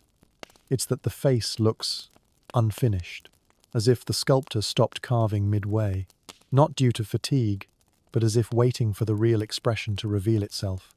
One theory, whispered by the kind of archaeologist who drinks too much red wine alone, suggests the statue wasn't sculpted after death, but during. Yes, live carving. There were rituals, obscure, lost to time, in which a living person, condemned or sacred, was turned into stone in memory before their body even went cold. The sculptor would watch them, day after day, capturing each shift in expression as the final moment drew near, until the face solidified, not in marble, but in memory, then in stone. Medieval compassion, truly. And perhaps, if you look long enough into her eyes, wide, unblinking, eternal, you might catch something else. Not fear, not pain, but accusation. A trace of, "You were not there." A silent, "You forgot me." A barely carved, barely whispered, "I waited." Of course, all of this could be conjecture. The statue might be misdated. The expression may be a trick of light and erosion. Maybe she was just a noblewoman with bad digestion. Maybe the artist had a sense of humor, and this is medieval satire. But that's the thing with stone. It remembers what we forget. It waits when we move on. And it speaks, not with words, but with silence shaped like a scream. So sleep now, traveller, for she cannot, not until someone, anyone, decides what her face really meant. And maybe, hopefully, it wasn't carved in your image. You've already seen her face. You've stood in that silence and felt the weight of 1,000 unsaid words pressed into stone. But now, your eyes drift downward. You start to notice other things. Subtler things. Not features, but textures. Not beauty, but damage. The gown she wears, if we dare call it that, is strange. Not entirely regal, not entirely plain. It's draped in folds, as if once silk, now hardened into draped stone. It moves where fabric no longer does. And more importantly, it's wrong. Some pleats are precise, almost ceremonial, but others twist like they were grabbed, yanked, crumpled by invisible hands. One shoulder is exposed, not elegantly, but as if cloth was torn away in struggle and never smoothed back. And then there are the scratches. You lean closer. They aren't ornamental engravings. No pattern, no symmetrical flourish. Just thin, uneven lines along her arms, the sides of her ribs, even her throat. Faint, but deliberate. A cluster at her side almost looks like fingernail marks, or claws. But we had no dragons. At least, not the literal kind. So what are these? Option 1. They are ritual marks, scars made holy by the hands of a priest. You see, medieval rituals weren't known for subtlety. Maybe this woman was part of a rite, a sacrifice. Maybe each scratch is a tally, one for every name she whispered, or every secret she refused to give. Option 2. They're traces of violence, not sanctified, just forgotten. Maybe this isn't a statue of a revered queen, but the tomb marker of a woman, condemned and killed. Maybe this is how executioners remembered their victims, not with names, but with gashes. Or option 3, the most unsettling of all.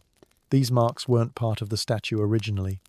They were added, after, by someone else. Someone who found her. Someone who saw that exposed shoulder, the twisted robe, the open mouth, and thought, she still looks proud. So they scratched her. Scratched and scraped until the grace chipped away, until even her dignity was uneven. A final punishment, a petty mutilation, vandalism, across centuries. Medieval spite, the only thing more durable than stone. And now, you see the belt.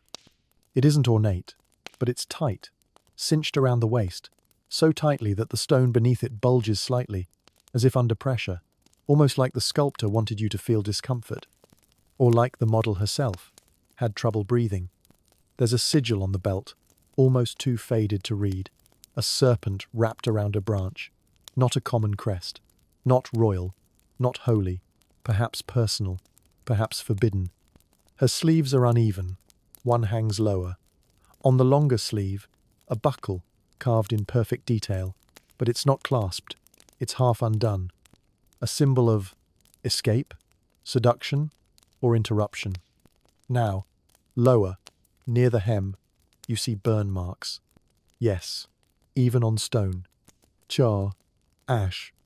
Someone tried to set this statue on fire. The burns didn't destroy it. Stone doesn't burn, but the attempt left soot, blackened cracks, and the smell that never quite goes away, like wet iron and regret. So why burn a statue? Because it looked too alive. Because it remembered what others wished it didn't. Because someone, long ago, looked into her face and said, she knows. They couldn't silence her, so they scorched her. Now, let's ask the dangerous question. Are these marks evidence or messages? Did the sculptor mean for us to see all this? The asymmetry, the exposed skin, the distorted elegance, as clues? Or are we just making meaning where there is none? Was this woman royal, condemned, or just a model? Was she honored, hunted, forgotten? Or maybe she's none of those things. Maybe she was you, in another time, trapped between rebellion and ritual, between memory and stone. But don't worry, there's nothing left to fear. She can't feel it anymore. Probably. Now, take a step back. No, not metaphorically. We mean it. Step back from the statue.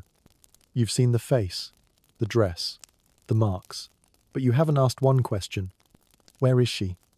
Not just in a dark room, not just behind iron gates and dusty air. She's standing in the wrong place. Let us explain. This is not a chapel. There are no stained glass windows, no incense, no soft choir echo. This is not a royal crypt either. There are no marble tombs, no heraldic lions watching her sleep. This is a pit, a stone chamber, beneath the chamber, beneath the chamber. And outside, past the arched corridor, just above where roots curl down from the ceiling like bony fingers, is a field. A wide, sunless depression of land. No flowers, no name. Just markers. Hundreds of them, so worn they look like broken teeth in soil. This is a slave burial ground. Or, more precisely, the place where people went to be forgotten. No records, no tombstones, no names. Just pits, shallow ones, sometimes shared, often, not intentionally. So now you understand the question. What is she doing here? A statue that took weeks, maybe months, to carve. A woman sculpted in fine detail, from her trembling lips to her half-closed buckle, someone who wore serpent crests and burned silk. And yet, she was placed here, with them, in the dirt, in the dark, in the mass. Why? Option 1. She belonged here all along.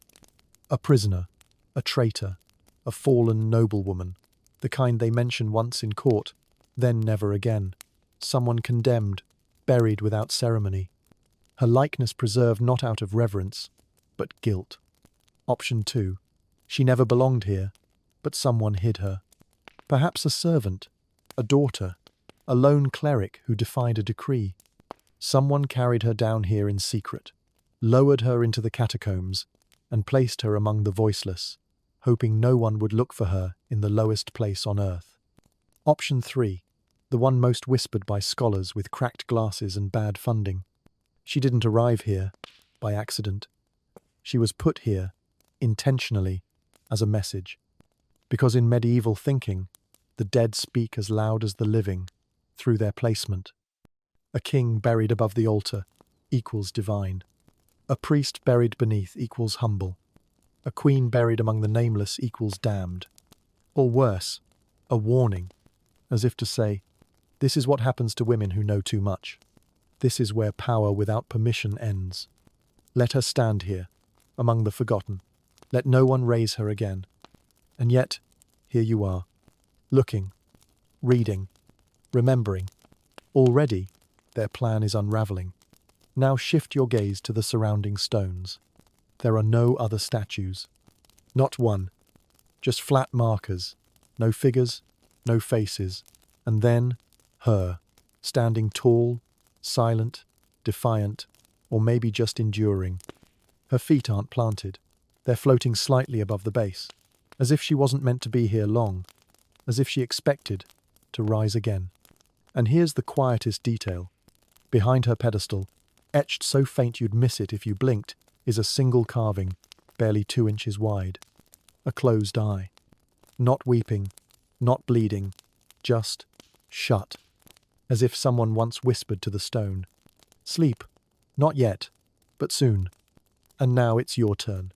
You're standing in a place where sorrow was designed, where silence has weight, where a woman made of stone stands among the discarded and still refuses to be unseen. Perhaps she was royal, perhaps she was criminal, perhaps she was just someone in between. But wherever she began, this is where she ended, buried not under roses, not beneath marble arches, but among those who were never meant to be remembered. And maybe, just maybe, that's where the truth lasts longest, to her hands. At first, you might think they're simply crossed, perhaps in prayer, perhaps modesty, but as your eyes adjust, you realize they are not folded by choice. They are bound, stone shackles, wrapped around her wrists like bracelets without mercy. They connect to a short chain, sculpted taut, as if someone, long ago, captured her final gesture and chiseled it into eternity. This is not artistic restraint. This is captivity. The wrists are angled unnaturally, not broken, but resisting, not serene, but caught. Fingers splay slightly, mid-movement, as if reaching for something, or someone, or freedom. That never came. Let's pause here. Why would anyone carve chains into a statue? In medieval sculpture, chains were symbols, not just tools. They meant power, or punishment, or protection, depending on who wore them and why. Knights sometimes wore chainmail as proof of loyalty. Prisoners wore iron as proof of guilt. But this is different, because this is stone. And chains in stone aren't just functional. They're a message, a forever sentence. So let's ask the obvious. Was she chained because she was dangerous? or because someone feared she might be. Let's consider the possibilities. Option 1. She was a prisoner, a traitor, a thief of sacred power. Perhaps she stole from the temple. Perhaps she read books she wasn't meant to read. Perhaps she spoke truths too loudly. Perhaps her womb birthed a child not sanctioned by the crown. In any medieval court, these were excellent reasons to be restrained, even better reasons to be erased. So the chains, a punishment, a final reminder of what happens to women who misstep, bound not just by law, but by legend. Option 2. She wasn't a criminal at all. She was sacred, a vessel, a warning. Chains, here, are not to diminish her, but to contain her, like a relic too holy to touch, like a force barely held back.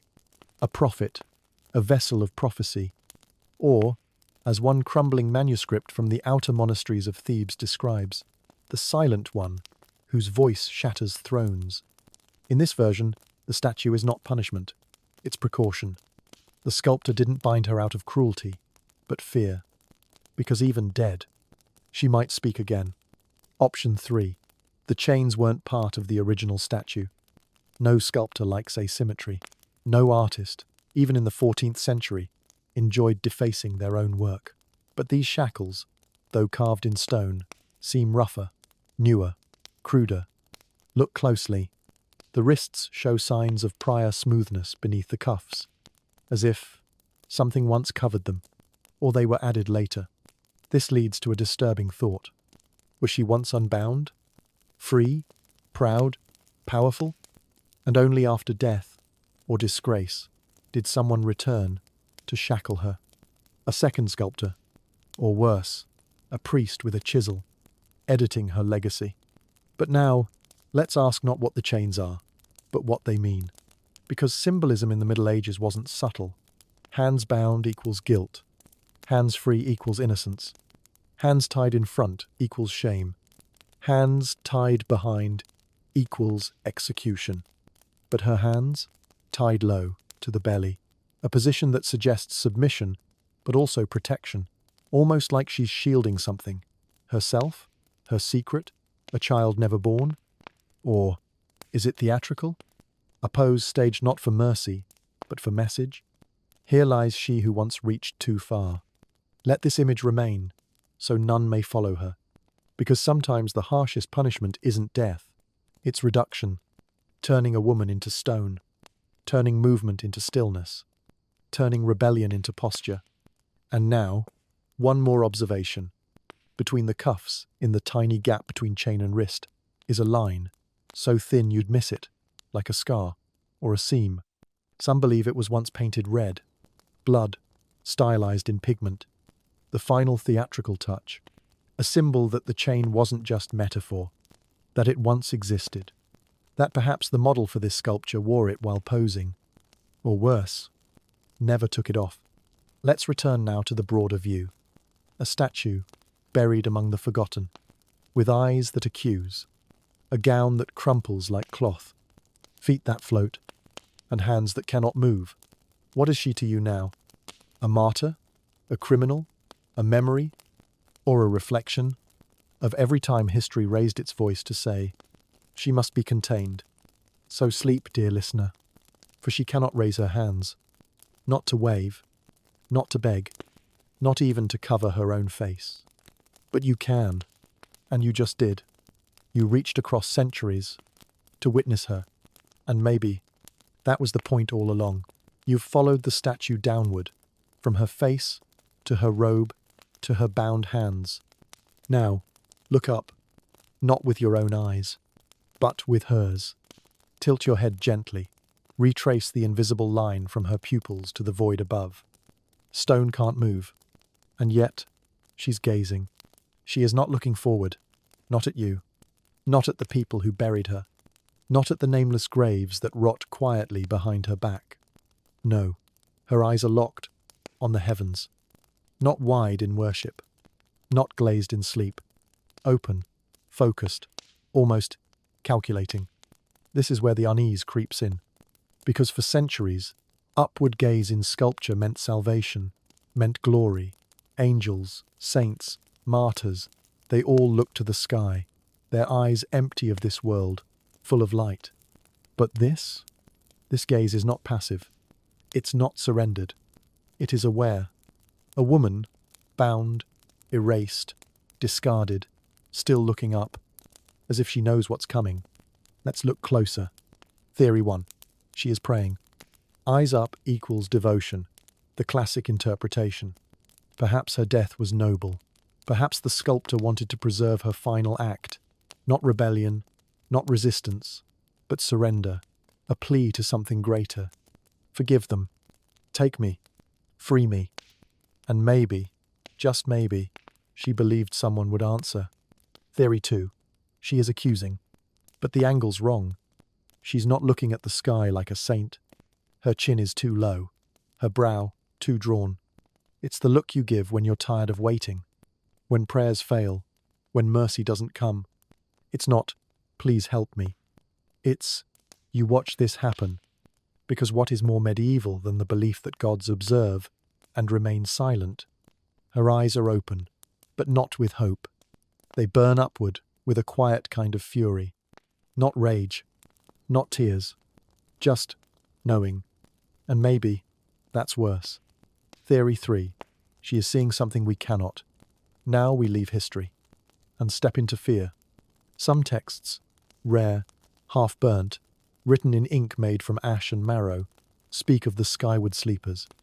Statues with eyes open to the sky, carved during eclipses, during storms, during famines.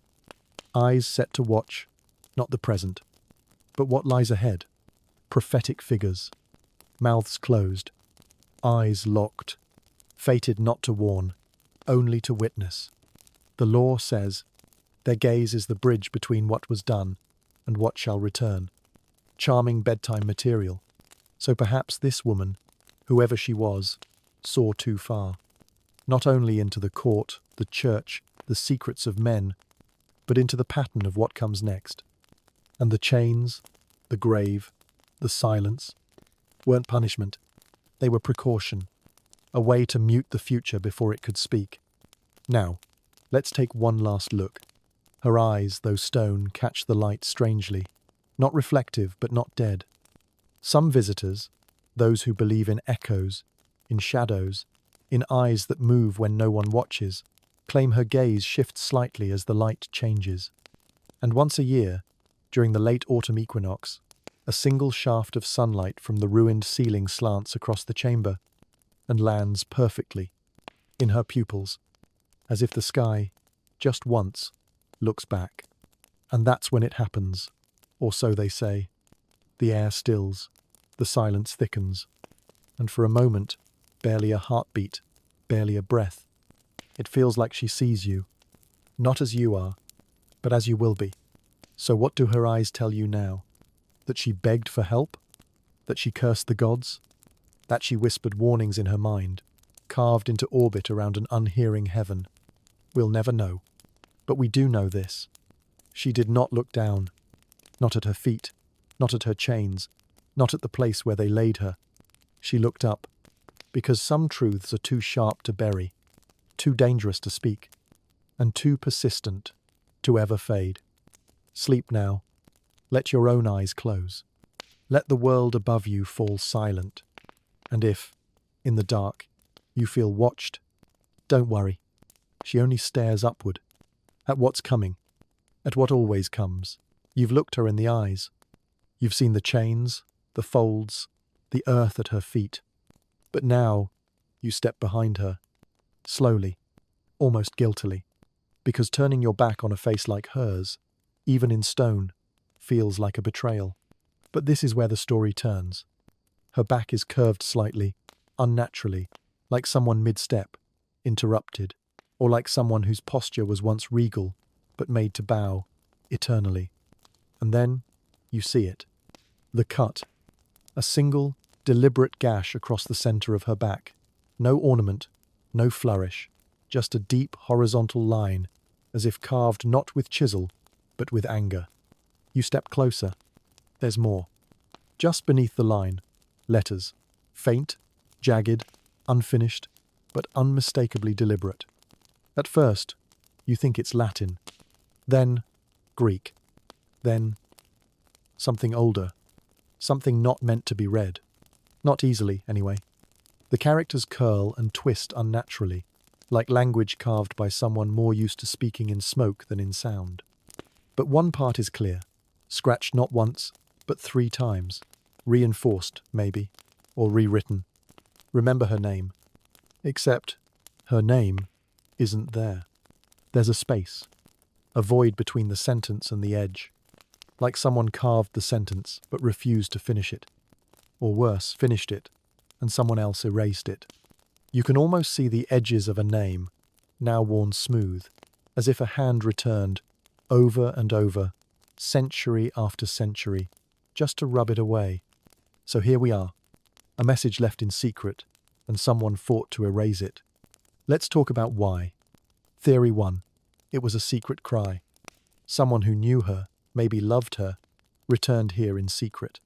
Found her buried, forgotten, bound, and carved a desperate message.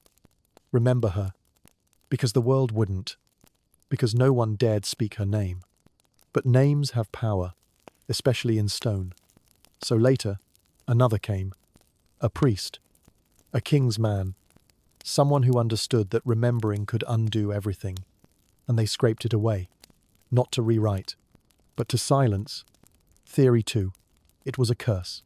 In certain medieval rituals, obscure, forbidden, names were carved backward, in pain, to bind a spirit to its form. It was believed that if you cut a name into someone, you claimed their fate. And if you carved it into stone, they could never rise again. But only if the name remained intact. If someone came later, full of guilt, or doubt, or superstition, and broke the name, then so too broke the curse. Which means, if this was a curse, and the name is now gone, then she is no longer bound. Not fully, not safely, just waiting. Theory 3. The message was a forgery, a lie, a trap. History is not written by the victors. It's written by the survivors. And sometimes, by the scavengers. Someone, centuries later, may have found this statue, mysterious, haunting, wordless, and added a message of their own. Remember her. Not because they knew her, but because they wanted you to think you should. A medieval con, a trick, a myth bait, something to lure fools, scholars, dreamers, like you, into searching for a story that was never there. And that name? It was never carved, just suggested. So you would spend the rest of your life wondering, who was she? Why was she erased? What did she know? All while the real answer is simply, nothing. Just stone. Just silence. Maybe. Now step even closer. Above the carved line, there are puncture marks. Tiny dots, arranged in a circle. Like teeth. Or fingers. Or a crown, pressed too tightly. And just beside them, an accidental flourish. A line that trails off, like a sentence interrupted. As if someone meant to write more, but heard a noise. Or changed their mind. Or ran out of time. Whatever was meant to be told here was told halfway, like all true history, like all ghost stories, like all lives ended before the last word. And now we ask, is this carving an act of vandalism? Of devotion? Of fear? Are we looking at the truth, or just a layer of myth thickened by centuries? Maybe the deeper horror isn't the message, but the fact that it was meant to be hidden, and still, someone kept coming back to try again. Carve, erase, carve, erase, like the world couldn't decide whether to remember her or forget. Sleep now. If she was cursed, she has waited long enough. If she was innocent, she deserves your silence. And if she was neither, if she was like you, then perhaps that unfinished name is your own. You've looked into her eyes, stepped behind her, traced the cut on her back with your imagination. Now, it's time to return to the crown. Or rather, what should have been a crown. Because she wears none. No diadem, no wreath of gold, no celestial halo glowing in sacred stone. Instead, she wears something far more dangerous. She wears her hair, still carved, still coiled, still perfectly, defiantly, intact. It falls in thick braids, not loose like a maiden's, not hidden like a nun's, but braided with purpose, like the kind worn by queens, war widows, or high priestesses at the edge of scandal. The pattern is unmistakable. 3 knots woven down the center, interlaced with what may have once been colored inlay, now faded but faintly visible under the dust. And this style? It doesn't belong to the peasants, or the convent, or the sacrificial virgins. No, this braid speaks of bloodlines, of inheritance, of women who didn't just marry power, they were born with it. In medieval symbology, hair was not just decoration, it was status, agency, threat. And that's the unsettling part. They didn't cut it. Think about that. They chained her. They buried her. They erased her name. But they left her hair, woven, royal, unburned. This wasn't forgetfulness. It was intentional, because in medieval law and legend, a woman's hair often dictated what came after death. Loose hair equals repentance. Shorn hair equals disgrace. Veiled hair equals purity. Braided, royal hair equals legacy. Which begs the question, was she executed or enshrined? Let's explore both. Theory 1. She was a queen who refused to kneel. The braids were left untouched as an act of bitter irony or grudging reverence. A final, cold acknowledgement of what she was. Maybe she defied a king. Maybe she led a rebellion of her own. Maybe she bore a child, not in wedlock, but in defiance. And when the verdict came, they didn't dare strip her fully. Because even those who destroy monarchs often fear what lingers. So they let her keep the hair. As proof, she died proud. She died as she was. She died as a queen. But not our queen. Theory 2. She was meant for ritual, not ruin. Some ancient rites required that a vessel, a seer, a sacrificial figure, be kept physically whole. No cut hair, no missing limbs. The body must be intact for the spirit to pass cleanly. In those ceremonies, hair was a conduit, a sacred thread between flesh and the divine. Perhaps this statue isn't memorial. It's containment. She wasn't killed. She was sealed. Her hair? The final tether. Woven not just for style, but to bind prophecy, bloodline, or curse. And now, hundreds of years later, still intact, still binding. Theory 3. The hair was hers to keep, by will, not permission. This is the theory that scares people, because it means she chose to die this way, to be remembered this way. The braids? Not ceremony, not vanity, but a final act of authorship, like a signature. If they take everything, my name, my voice, my breath, they will not take this. Let them see me. Let them remember the shape of power, even if they curse it. In this telling, she is not a victim. Not entirely. She is a message. And the braid? The sentence they couldn't erase.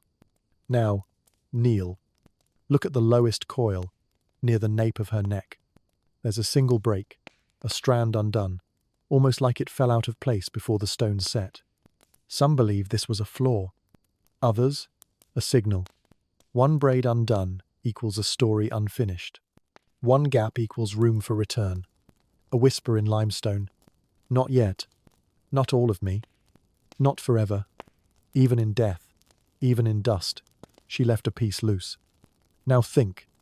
If her name was struck from record, her voice lost to ash, her story buried among bones, but her hair remains, what does that say about memory? About womanhood? About the things we try to cut and fail? Sleep now. Let her braids wind behind your eyes. Let them rest on your shoulder like the crown she never wore. And remember, some thrones are woven, not built. And some queens never needed gold to be dangerous. Tonight, the stone is cold. Even the shadows feel older than usual. You've seen her eyes, her chains, her braid. But beyond the chamber, beyond the carved messages and erased names, there is something else. a whisper, a trail, a myth, because statues do not stand alone. They are born from context, or buried in it. And hers reaches back into the ruins of Thebes. No, not the Greek Thebes you learned in school. This is the forgotten Thebes, the medieval settlement that rose in its echo, half holy, half haunted, nestled in the southern ridges where the desert met the last sigh of green. A place of thresholds, of empire and exile, of silk robes and salted blood. And there, in the oldest texts, the ones written on bark and bound with animal hair, there is a name, she who faced north. They never say her real name. Or if they did, it has been scratched out from every record. But her title remains. Cold, strange, deliberate. She who faced north. The legends differ. Of course they do. Some say she was a princess, promised to a king across the sea. Others claim she was born from fire, pulled from the ashes of a comet. One scroll, burned at both edges, describes her as a servant who learned too much and loved too freely. But in all the stories, she ends in stone. That part never changes. Let's unravel the two oldest versions. They may not be true, but they are persistent. Version 1. The sacrifice of the crowned girl. In this tale, she is nobility. A daughter of the grand house of Thebes.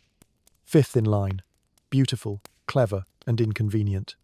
She played music at dusk, learned Latin at dawn, and refused to be married off for the sake of grain treaties. Then, the drought came. Crops withered, water turned black, the moon bled. The priests gathered, declared it was the wrath of the sky eye, a silent deity who punished excess and rebellion. Only a willing heart, from a pure bloodline, could atone. They chose her, not because she was the best, but because she was just close enough to royal, and just distant enough to spare the heirs. They dressed her in white, wove her hair into 9 loops, led her into the inner chamber beneath the earth. But here's where the tale twists. She agreed, not with weeping, not with trembling hands, but with stillness. If my death brings peace, let it come. But carve me in truth, not in flattery, not as a lamb, but as a mirror. And so they did. The statue was made before she died. As she stood, alive, watching, she was not sedated, not blindfolded. She stared straight ahead, north, toward the cold. They say that on the 7th day, when the blood had dried and the chamber sealed, the rains returned, the wheat stood again. But the curse never truly lifted, because every year since, one woman, always unnamed, vanished from the records, and the statue grew colder. Version 2, the betrayal of the fire, blooded witch. This tale is wilder, longer, softer at first, then sharp. She was not noble, at least not by birth. She was born in the outer settlements, raised on wind and root. But her eyes were sharp, and her dreams sharper. They say she could read before she could speak, talked to crows, healed fever with moss. By 16, she had a following. By 20, a cult. She wore no crown, but men bowed. She spoke no curse, but crops grew when she passed. The priests were polite at first, then alarmed, then angry. They summoned her, offered her a seat at the table if she agreed to stay silent. She smiled and declined. I don't want your temple. I already have a sky. So they changed their strategy. They seduced her, promised love. One priest, in particular, young, with soft voice and softer hands. He told her she would be protected. He told her she would lead the rituals. And on the night of her initiation, he turned. The wine was drugged, the chamber sealed, the knives already warm. But she did not scream, not even when they began the carving. She looked up, not at the gods, at him. Her final words, or so the story says, were not curses, but a simple prophecy. When your name is gone, mine will return. And that's why, even now, priests in that region are buried nameless. Why their tombs bear no inscriptions. because none of them dare carve what could be undone. And her statue? It was made after, but her expression was remembered, carved by one of her followers who escaped, who swore she did not die defeated, she died looking ahead. Now you know what they say in Thebes. They don't call her statue the lady or the queen. They call it the reminder, because whether she was a sacrifice or a sorceress, she remains, standing, watching, and every winter solstice, when the air hangs thin and the wind sounds too much like breathing, they leave one braid of red thread at her feet, silently, no prayers, just memory. So sleep, now. Let the myths tangle your dreams. Was she carved, or did she command the carving? You've walked with her, down the spiral steps, into the chamber, past the dust and the dark. You've met her eyes, touched her chains, read the scar across her back. You've followed her braids, heard the legends whispered in ruined temples. And now, we reach the quietest place of all. Not the grave, not the myth, but the mirror. Because after all this, the history, the horror, the theories, we still don't know her name. We call her she. We give her roles: queen, vessel, witch, martyr. But beneath the stone is someone, a someone whose voice will never recover. So the question becomes, are we discovering her? Or are we simply projecting ourselves onto her? Let's take a step back. Every detail we've studied, the expression, the pose, the carvings, we've read them like pages. But statues don't speak. We speak through them. We see the fear in her eyes because we know fear. We see resistance in her hands because we want her to resist. We read the braid as pride because we wish pride was allowed to last. But what if the sculptor meant none of this? What if it was just a statue, a noblewoman's effigy, a tribute, a punishment, and everything else, the myth, the mourning, the mystery, came from us? Because humans hate silence, especially historical silence. So we fill it with stories, with theories, with our own longings. We want her to be powerful because we feel powerless. We want her to have been betrayed because betrayal is easier to believe than meaningless death. We want her to matter because we're afraid we won't. That's the hardest truth. This statue might not be a monument. It might be a mirror, one that only reveals what we bring to it. You look at her and see a queen. Someone else sees a witch.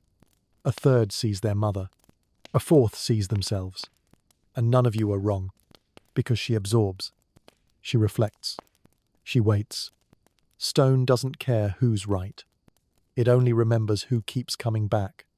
Now ask yourself, why did this statue survive? Why wasn't it shattered? Why wasn't it stolen, or forgotten, or turned to rubble like the temples that once stood above it? Because people, across centuries, kept returning.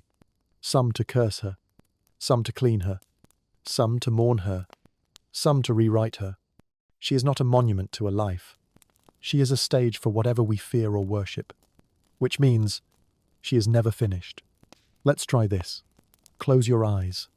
Picture her again, fully now, from toe to crown, bound, silent, expression locked somewhere between grief and defiance, surrounded by rot and reverence, hair untouched, name erased. Now, replace her face with yours, not literally, just for a moment. How would people read you? A rebel? A coward? A prophet? A liar? What would they invent from the way your eyes were shaped? From the way your hands were held? From the curve of your mouth, frozen in time? Would they call you tragic? Or dangerous? Or both? Would they forgive you? Would they even know what needed forgiving? Or would they, like us, just guess? You see, that's the danger of memory carved in stone. It looks permanent, but it's endlessly malleable, not in form, but in meaning, and the longer it stands, the more it drifts away from who it was, and toward who we need it to be. So perhaps, in the end, she is not a woman at all, not anymore. She is the embodiment of forgotten voices, a symbol for those erased too cleanly. a warning for those who rise too early, a comfort for those who fall too late. Or maybe she's just a statue, made by hands we'll never meet, for reasons we'll never fully understand. And the most honest thing we can say is, we don't know who she was, but we couldn't look away. And that's enough. So sleep now, not in fear, not in reverence, but in understanding that when you close your eyes tonight, you leave behind the stories carved into stone and walk quietly back into the ones carved into you. And if someday someone looks at your life, tries to decipher the expressions you left behind, the choices you didn't explain, maybe they'll ask, who was this? A hero? A fool? A fighter? A fraud? And maybe, just maybe, they'll realize, like you do now, that the question was never really about her. It was about us. All along, you've come a long way, down the corridors of dust, through chambers of silence, across centuries smudged by time. You met her without a name, watched her through chained wrists, shattered language, and legends that contradicted each other with alarming grace. And through it all, one thing remained. The statue, unmoved, unchanged, unfinished. You were never truly learning about her. You were tracing the outlines of absence, of what happens when history loses its paperwork, but leaves behind a body. You were not deciphering a person. You were standing before a shape we couldn't stop projecting onto. That's the quiet horror and the quiet beauty of memory carved in stone. It is less about truth and more about need. We needed her to be a queen. So she was. We needed her to be punished. So we imagined her crimes. We needed her to be sacred. So we lit candles to a face we never knew. But in the end, whether she was sacrifice or sorceress, criminal or crown, she became something even rarer, a fixed point in our imagination, a vessel for questions we're still afraid to ask. What is a legacy? What happens when you outlive your own name? Can silence be louder than voice? So, this is where we leave her. Not with closure, not with certainty, but with something far older, respect for the unknowable. You don't need to believe the legends, or the curses, or the prophecies. You only need to believe this. She existed, and someone, once, wanted her remembered. And tonight, you did just that. In your mind, in your breath, in that still moment between waking and sleep. So rest now. Let the stone stand. Let her eyes stay open. Let the questions echo a little longer in the dark. Not all stories are meant to be solved. Some are meant to be witnessed,